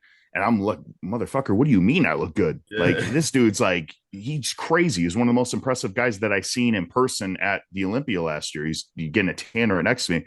I'm looking at him. It's like an anomaly. And then he's telling me I look good, and it's like, it's humbling, but it's that's kind of how I always been, it's kind of like that underdog mentality. Like even Ryan Terry talked about. Talking to Ryan Terry, he always picks out all his flaws. But a lot of the times we need that in order to level up. We need to know, what we need to improve on and work on. Even if the criteria says you're absolutely perfect, we still personally have things we want to improve on. Yeah, I couldn't agree more. But that was a good question, man. I think it's weird. As you start to see changes happening in your physique, you almost start to doubt little things. You get excited. I would say bodybuilding is 90% hating the weight. I start doubting myself when cuts start doing these long ass low days. Like when I'm flat as fuck, I'm like you feel like, why is he doing this shit? Yeah, and I'm like, am I gonna be ready? Am I gonna look? Bro, it's different when you start doing that. What's your longest string of lows? Oh shit, like 11, 12. Oh shit. That's when I almost fired cuts. I know exactly what Erin's talking about. I had the same thing, and I was going hypo in the gym, sweating. And I'm like, I texted Cuts. I'm like, bro, I can't. What's going on? I go, did you forget to change my check-in? He's like, nah, suck it up, bro. I'm like, all right. Chris, have you ever gone hypo after your second cardio session? Like sometimes, it's holy, that sucks, bro. That is the worst feeling. It's like good. It's a normal day. You do your cardio, you come back and like, oh shit. And then you pass out, and you're not getting carbs in the next meal either. So you just gotta suck it up. You just lay on the couch and you're just like, I'm here, I'm dying, let's do it. And then pass out for an hour and a half, and then you will have your next meal, which has no carbs either. And you're like, okay, I really hate my life right now. Yeah, bro, I'm telling you, bodybuilding it's weird, man. Like I said, it's 90% hating the way you look and feel, and then 10% you back to life. Erin, I know you heard it. I'm curious. Happened? Did you who was it? What video was that when Jeremy? That's what yeah. What happened? You had to heard it.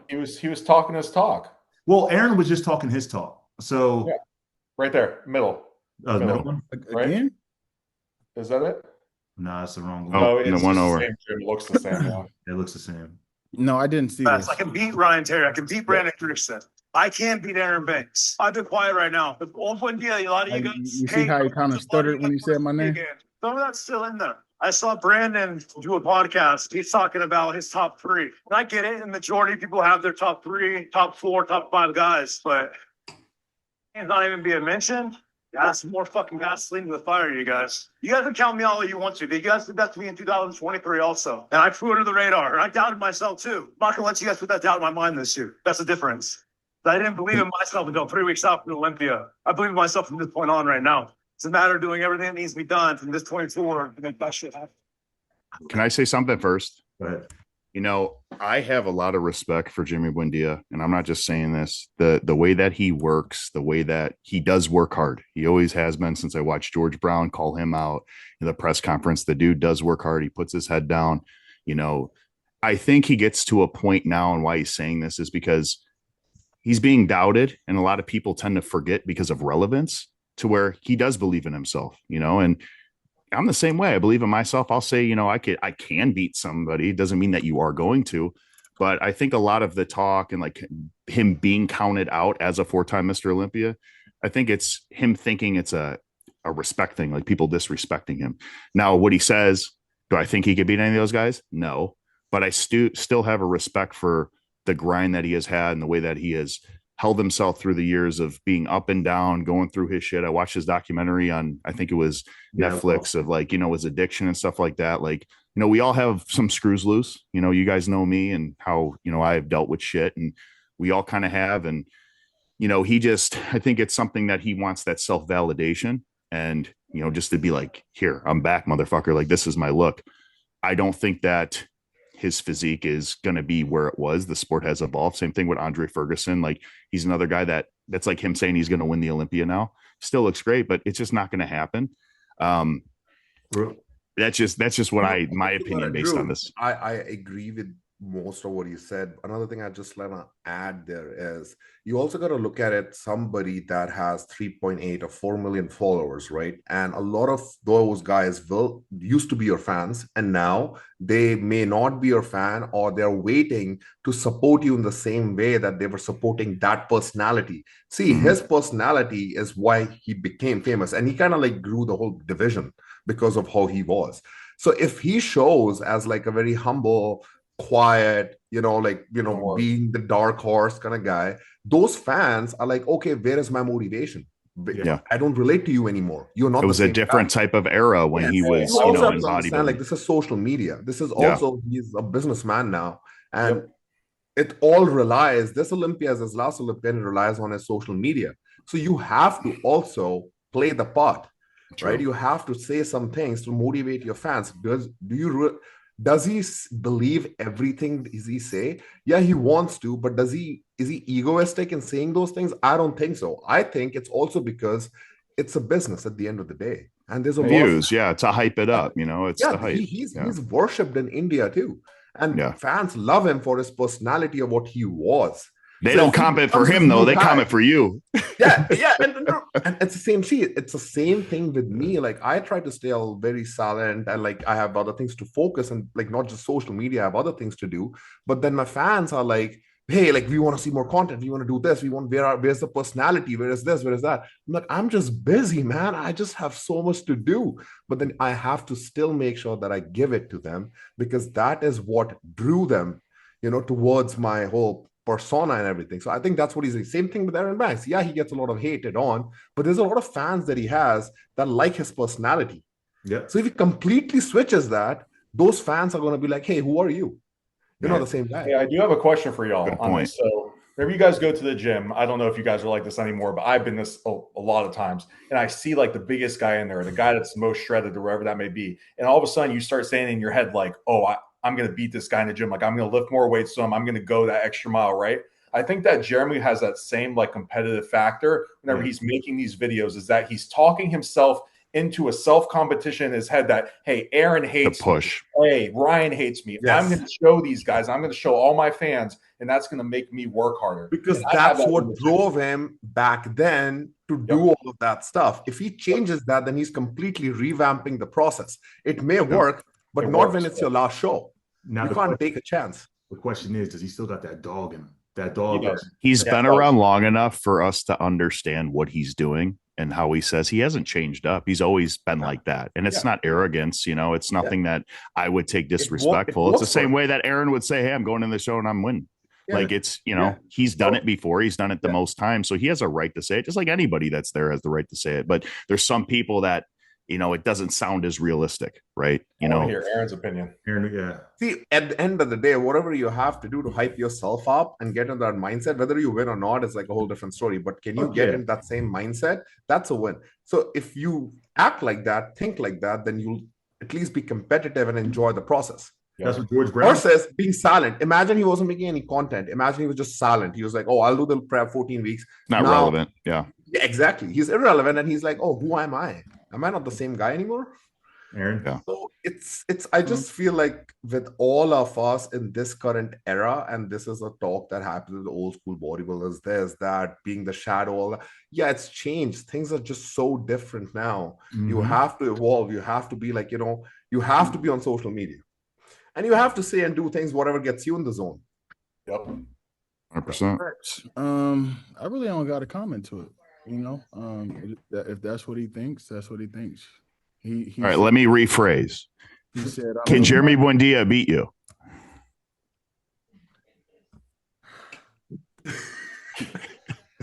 I'm pulling an Alex. Live from the islands. Erin Banks says, I like it, Drew. I like it. But no, I like his confidence. I like how he's again, like Bhuwan said, he's trying to revamp himself. And I know I am one of the guys that he truly wants to beat, but realistically, it's just never going to happen. And it's not because he works harder than me or whatever the case may be. His shape and structure, his back, it will never come close to beating me. So, I mean, I love the confidence. I love what he's done for the division, but realistically, no. Well said.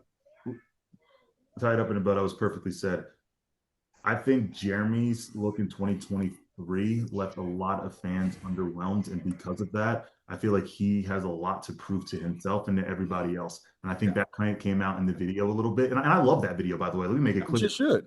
I mean, he should be 100% confident in himself, saying he can beat me, he can beat Ryan, he can beat Brandon, X, Y, and Z. But again, you like Drew has said, you got to have realistic goals. We know you've won 4 titles. We understand that.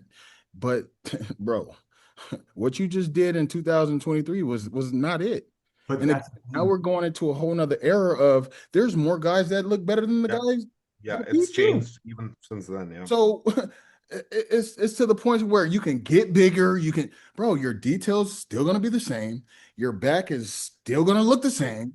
You still have a weight cap. There's so many different variables that plays a part to realistically to our brains. It's never going to happen. And that's no hate. I've loved Jeremy. I've talked to Jeremy. And there's no hate on my end, but again, everybody wants to call me out, but ain't nobody calling out Ali, ain't nobody calling out Ryan. Why everybody calling out me? Like it's crazy. It's just not gonna happen. What could Jeremy do to be in a top 5, in your guys' opinion? Absolutely nothing. What could he do? What could he do to maximize his placing to be the best Jeremy he's ever been? Just look how he looked 2 years out in 2023. Thank you. Bhuwan, thank you. It's just the peak. I don't think people remember how good that he looked. No, they don't remember what he was looking like. They don't, bro. Like I saw him in person. I was training at the same time as he was, and I'm telling you, all he has to do is in the same package. That's his best. That's his career's best package. Yeah, he says he's never been 100% either, and he agrees with that. So I do think he could break the top 6. I think he can break the top 5. You're crazy, bro. Like people are forgetting, bro. I'm telling you. Yeah, he can break top 5? Yeah, absolutely. Who's he pushing out? This is no disrespect. You guys know I've been hyping him up every time I got a chance, but he can beat Emmanuel. I agree. I agree. Yeah, conditioning. If he shows up the way that he looked 2 days out. No back. Are you saying if Emmanuel's on? Bro, I think both of them at their best. I think Jeremy can beat him. You don't think it's past Jeremy's best? At their best, do you think Jeremy is past his best though? Do you think he's in the digressing phase, kind of like some of these other guys that have been around for a while? And this is maybe because I'm a fan, so you can call me out on my biasness if so. But I'm telling you, when I saw him 3 days out at the Kissing Me Muscle Gym, it looked that was his best, bro. He just good outside of the gym. We're talking about on stage. I know. But what explain what he looked like. One day out, it just did not. Say it again. We're talking what ifs right now. I know. No, listen. Let's take it back. So when Alex saw him at the gym and Bhuwan also saw him, what did you guys see that was impressive? What was it? It was the added size. His back absolutely improved. Yeah, he was full. You saw him without a shirt posing? He just had to show up. I need to find. I wish I can. Oh wait, this is it. But I remember I had a talk with him after, and the thing is, he wanted to get even fuller than what he was in the gym, and he spilled over. He couldn't get more. Like that was the perfect physique. Was it that much different from Olympia? He tried to be fuller. So Bro, he said if he would have just put a spray tan on here, he would have looked way. I don't even think that's enough, though. To be honest, that wouldn't have edged out his play. He's freaky as fuck. He's freaky as fuck. But I still don't look think on Instagram. But when it comes, maybe one or two placings ahead. He could be maybe one or two placings ahead. But yeah, like I mean, at that point, you don't think this version of Jeremy Buendia can break top 5? No. Who's he pushing out? Who's he pushing out? Banks said who's he pushing out? Okran? I just said it, but so can he beat Carlos Okran? I think so, bro, because this is more of a clean look to me. We're splitting hairs on opinion of physique at this point. What did Carlos just get at Pittsburgh? 9th. So that's what I'm saying. If you can have Ricardo Sinet beat him, Carlos? Yeah, but Okran was 8th. We're talking top 5. I know. I think. He just asked me specifically. I think he can beat people who are in the top 5. I don't want to keep saying his name, but he can beat Ben Quill. I think he can beat Edwan. I think he can beat Ben. I think that'll be a good battle, but I think he can beat Ben. Edvan, I don't think so. I think they're both hard. Edwan is not the whitest guy. He's very dense, hard, conditioned. If he comes in condition, and the way I remember I saw him, he has very similar structures. Yeah, but Edvan has a more symmetrical core, more balance. I feel like Jeremy does have a really dope structure as far as the taper and the fullness. He's going to come in full, but I think Edvan just has a more polished look front to back. Yeah. It is hard to say. I'm a huge Jeremy fan. I still would have back is not like 10. I just don't know point. And Jeremy doesn't have the greatest back either. No, he doesn't. But I've also seen people with not the best backs win. I think the backs have evolved so much because back when I used to follow him, I used to think his back was insane. Yeah, back when it was like the Jeremy battle. And you got to remember, Brandon and Jeremy have both won the Olympia, and they don't have the best backs. Their backs are good enough because their fronts are so dominant. But it was also a different era. You know, that physique right there, how would that do at the current Olympia? Oh, last call out. That won't even qualify. No, not even close. No, that won't even qualify. No, it doesn't take anything away from him. Everything's a timing thing. And it's like that with every sport. But this is what year? This is 2016? 17. 8 years ago, he posted this last 17, yeah, this is 17, yeah. And that was his best look, he said, in his career when he won. I think that was the last title. Conditioning was on. Perfect. His conditioning was on.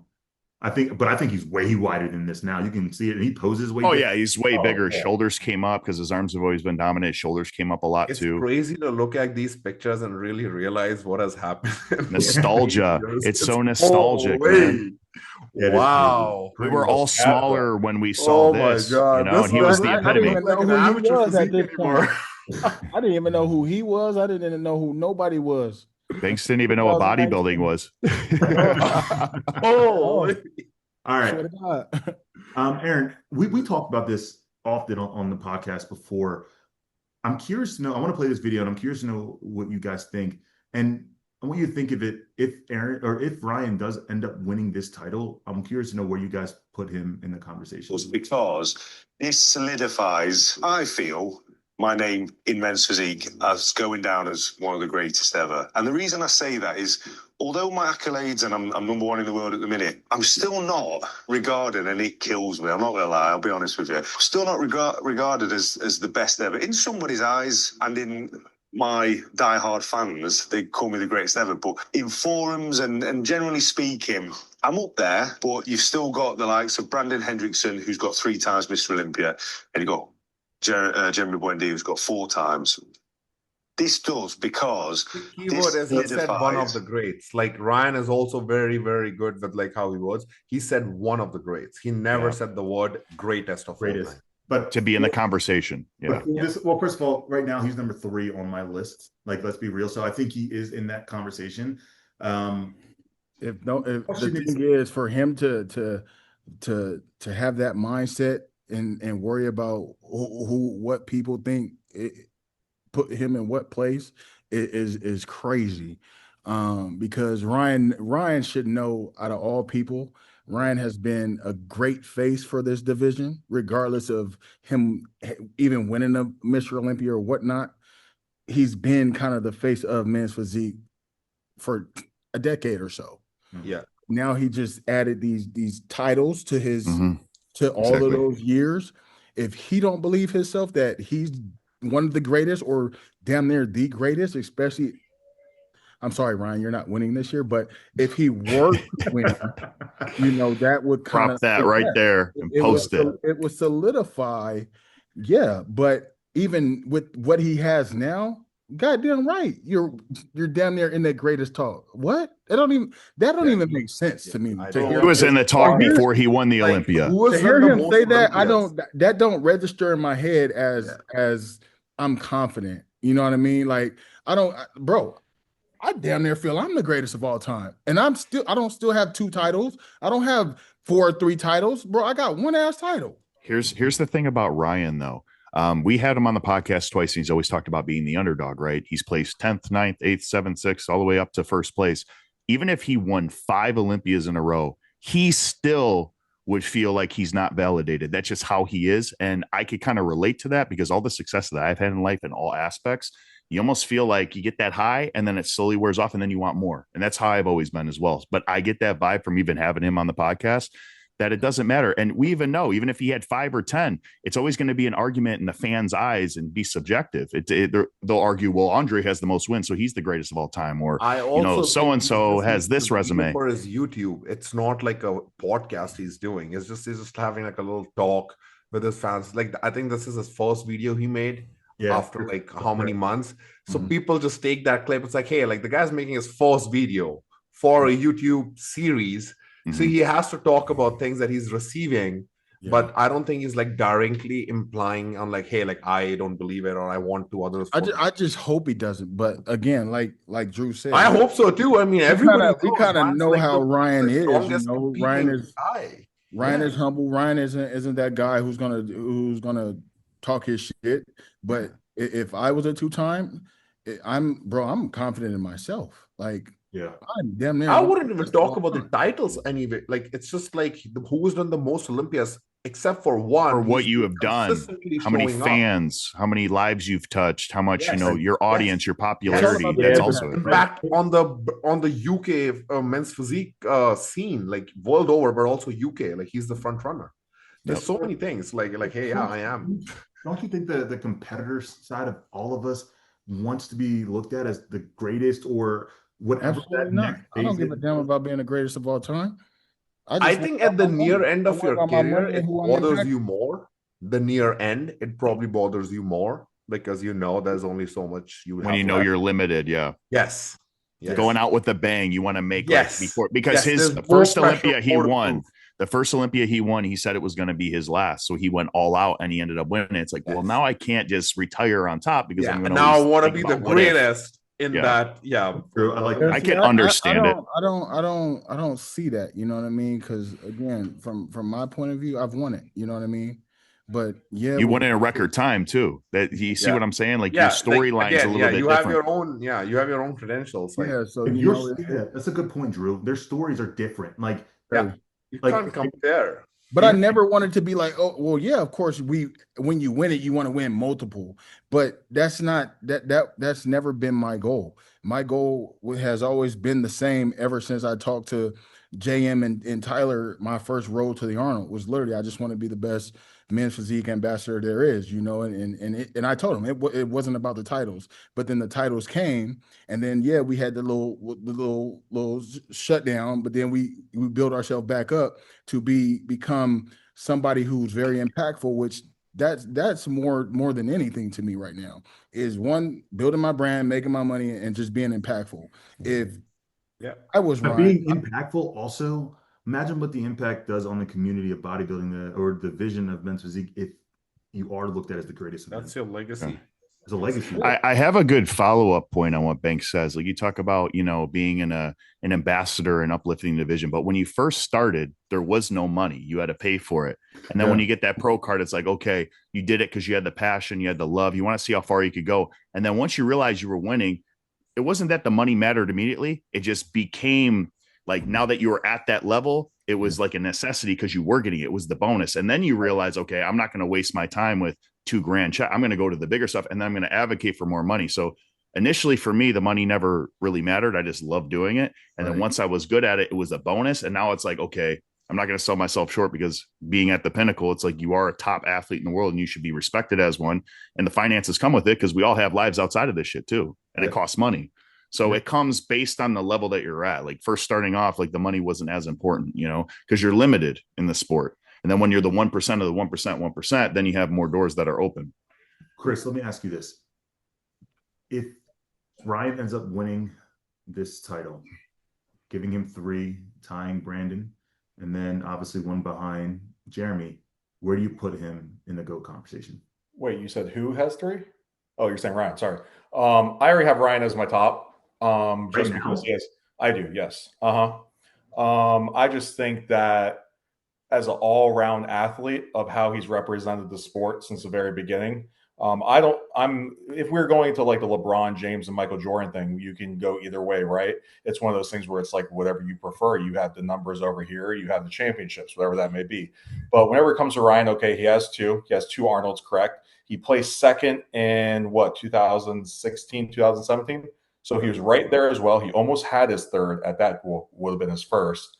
Then I know he digressed from there. I think he got 3rd, 5th, 7th after that. But he's always been in that top 5 conversation. Every show you go to, he's going to be probably in the top 2 conversation that you have. So a person like that showed up ever since 2015, 2016, and has been in that discussion for that long, hasn't taken any breaks, hasn't really had too many downfalls or anything like that. That consistency for that amount of time, not only on social media and on the stage, wraps up for me.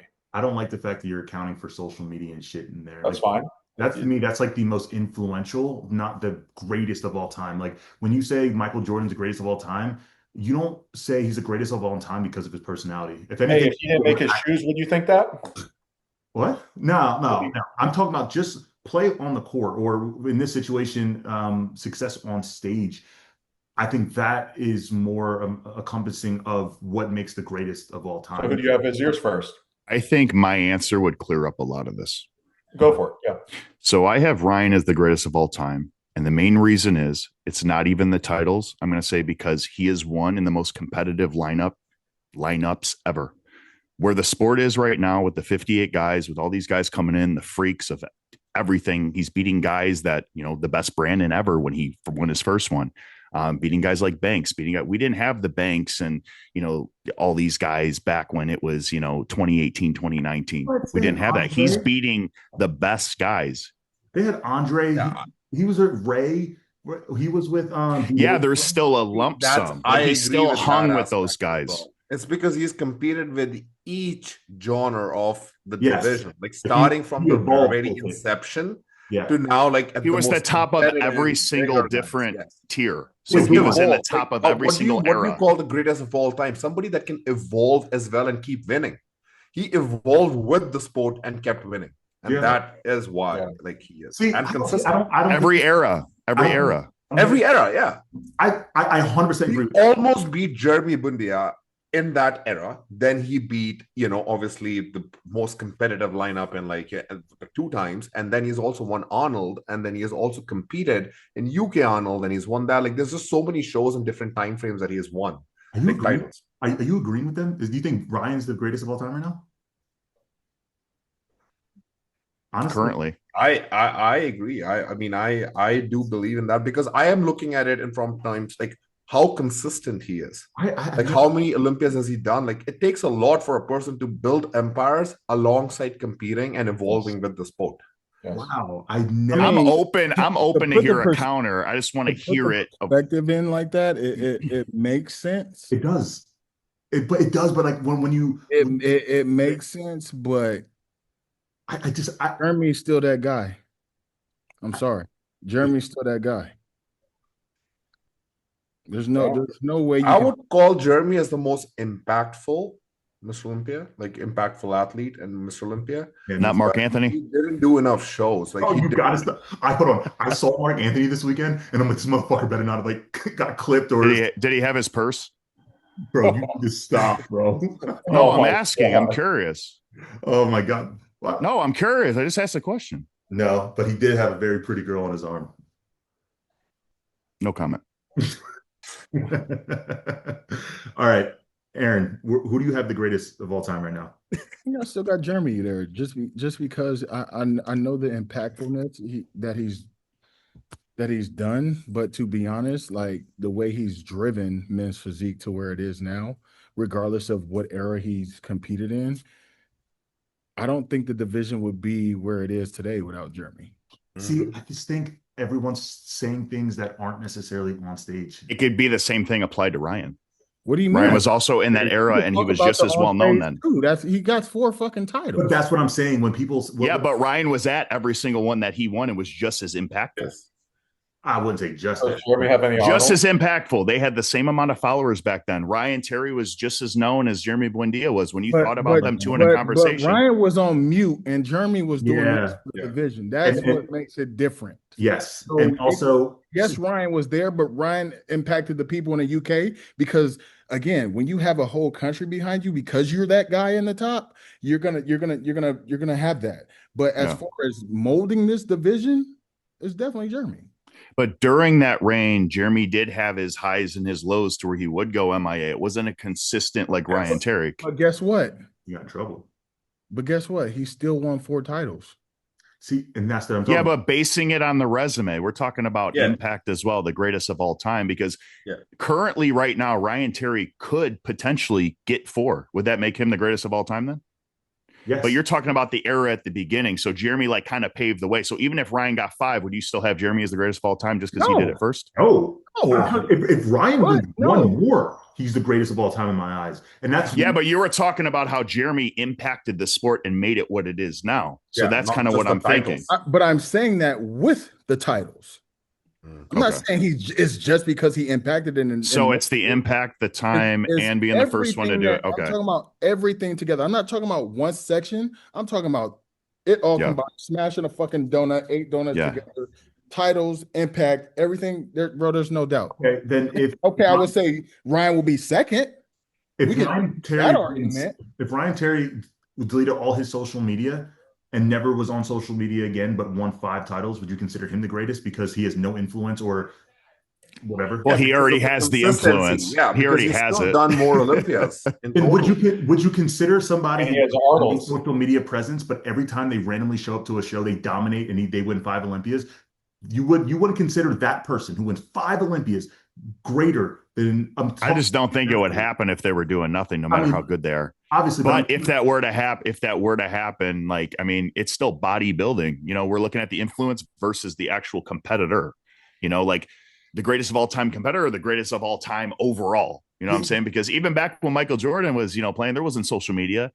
You know what I'm saying? I think I'm thinking more of like, I lean more heavier on what has happened on stage.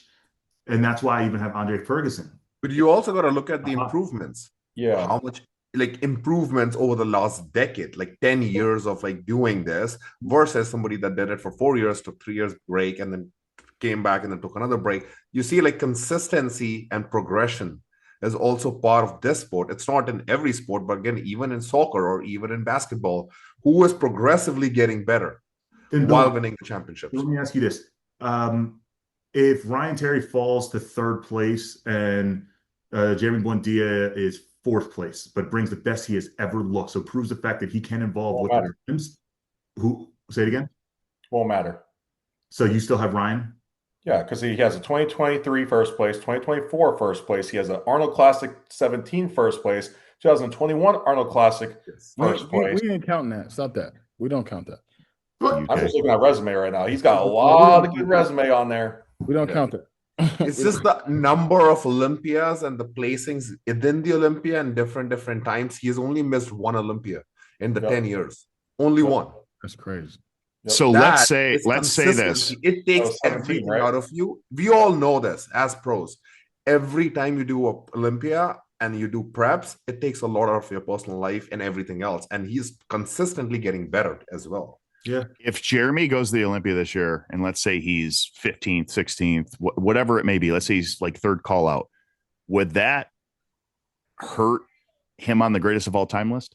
That's a good question. Because honestly, I think it's hurting Andre in a way as well. I think it's hurting Brandon too.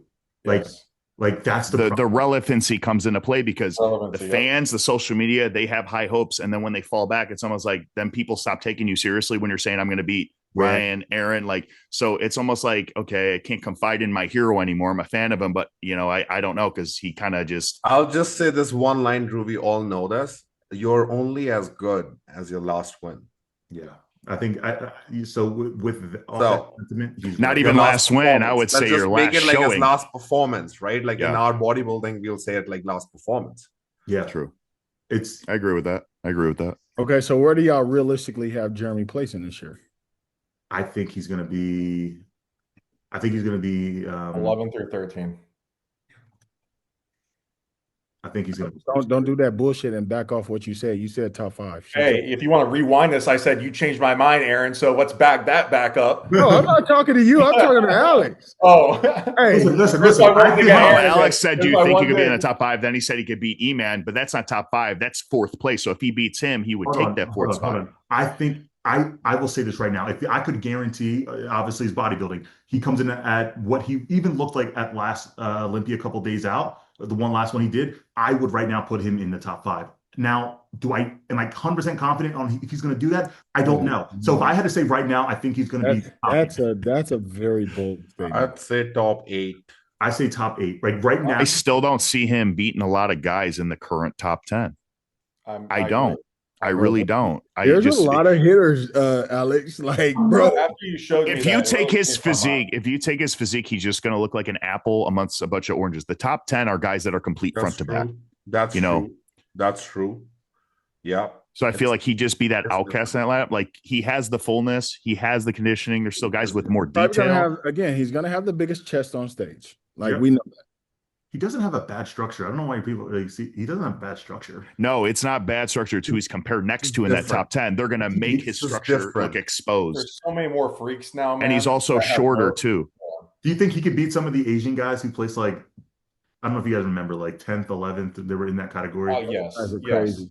Okay, so that they place like 10th or 11th. So you at least have them in like that 8th to 9th. I said top 10, but I just. But when guys move out, there's new guys that move in. It's hard to speculate it. But we were talking about top 10. Now we're talking about like, okay, 12, 13. See how it keeps getting further back. First, it was top 4, top 5, top 8, like Carlos Ocran. Now it's going 12, 13, 14. It's like, no, I'm saying general, the conversation. It is wide. I think him getting into I don't think he'll make the top 10. That's the safest thing that I could say right now. Okay. That's a safe. I would love to see him in the top 10, but I just don't. If somebody had a bet, a crazy amount of money on it, it's all the money to their name, who would take that safe bet and say, yeah, he's going to be in the top 10, right? Yeah, think about it on a personal aspect like that, to where your money was involved. Like, just saying it and like having no strings attached. It's easy to have the guy that you support. You could want to see him in there, but what realistically do you think will happen? If you had to put money on it, Chris. When was the last time Jeremy peaked on stage at his best? That's what I'm 2017. Saying. And then he didn't compete for about 4 or 5 years. It's that's it. Like, it's so hard. So to like kind of like comprehend that, hey, he can be at his best and then be in that top 8, top 10. And the thing is, that's the hardest thing. And the thing is, he'll never peak like that because he don't have that GOAT behind him. Well, let me ask you guys this. How many guys have came back from like 2 or 3 years off and actually have still been in the same position that they were before they left? Or better? Yeah, I'm trying to think. Yeah, that's a good question. Alex, so since you still believe it and you're about to ask me that question, $200. Top 10 versus not top 10. I got not top 10. I'll do that. I'll do that with you. That's right. $200. All right. We'll make it interesting now. All right. I like that. I like it. And Erin, this is your fault for changing my mind. So if I lose, and it sucks betting against. it sucks betting against a guy that you want to see do well. You know what I'm saying? It's not anything that we're hating, you know, because I love Jeremy Buendia's content. I grew up watching his stuff. A lot of it has impacted me and what I've achieved in this sport as well. And the times that I've talked to him and being starstruck by a guy that when you finally see them in person and you meet them and you're like, holy shit, whether you do better than them or not, or whatever, what if I beat him at the Olympia? Like, it's an honor, you know, just to share the stage with them. It's not about wanting to see somebody lose. It's just about where the sport is going, the trajectory it's heading in, and, you know, what you think's going to happen.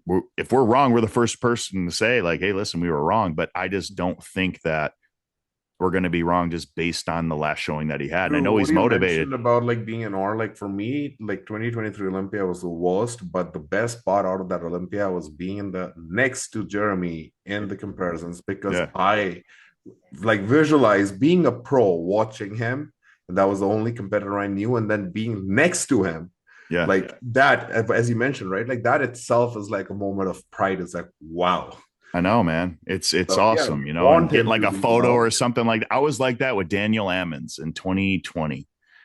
He was like the guy. I always loved his structure. And he wasn't like a big time guy. I just always liked his structure and talking to him and just being on stage. And after seeing him win the Southeast Texas Pro, I was next to him on stage, my first call out at Optimum.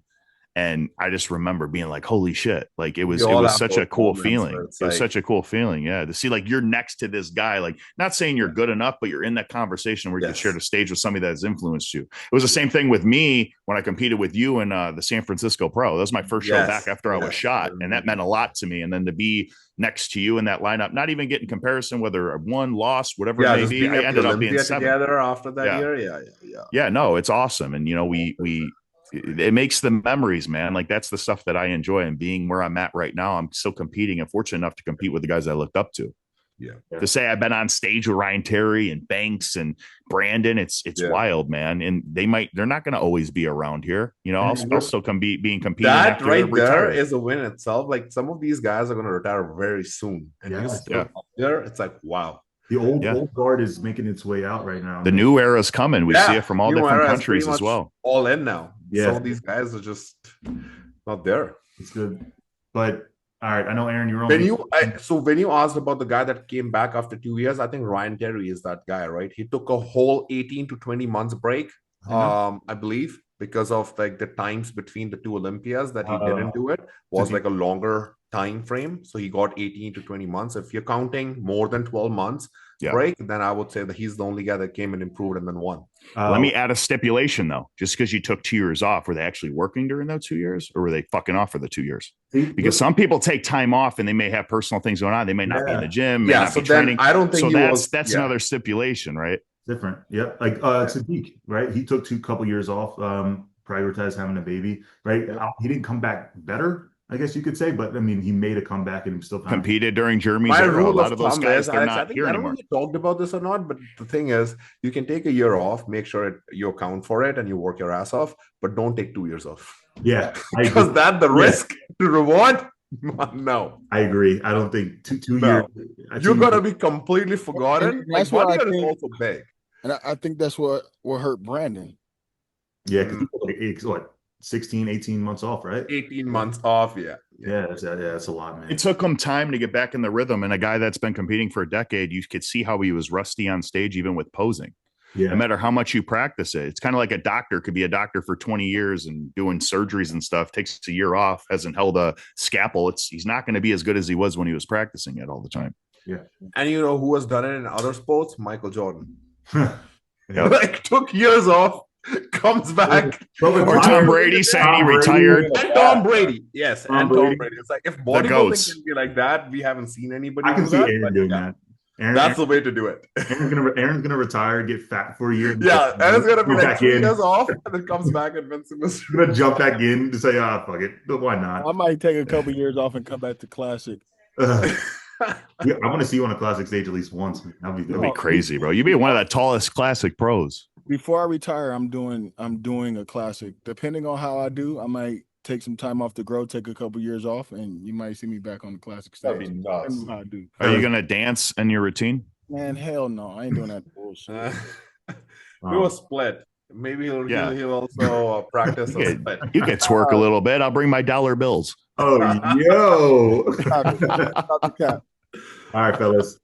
Bhuwan, I appreciate you jumping on, man. I know you're a week out from stepping on stage. I'm excited to see you. I will see you Friday. I will see you Friday. I will see you on Friday. Yeah, Drew, you are the guest of honor there, huh? The guest of honor. And Chris, as always, brother, I appreciate you guys. From the ocean to Texas. That's what I'm talking about. Where are you at? You're in Mexico, right? Mexico.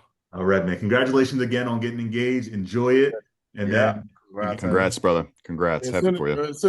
Tomorrow is I'm already dreading tomorrow because the mindset got to switch. I'm like, oh fuck. Prep starts tomorrow? Prep starts tomorrow, bro. Hey, Damn, starting prep in Mexico. That's crazy. I'm back to reality. All right, fellas. We'll talk to you soon. All right, guys.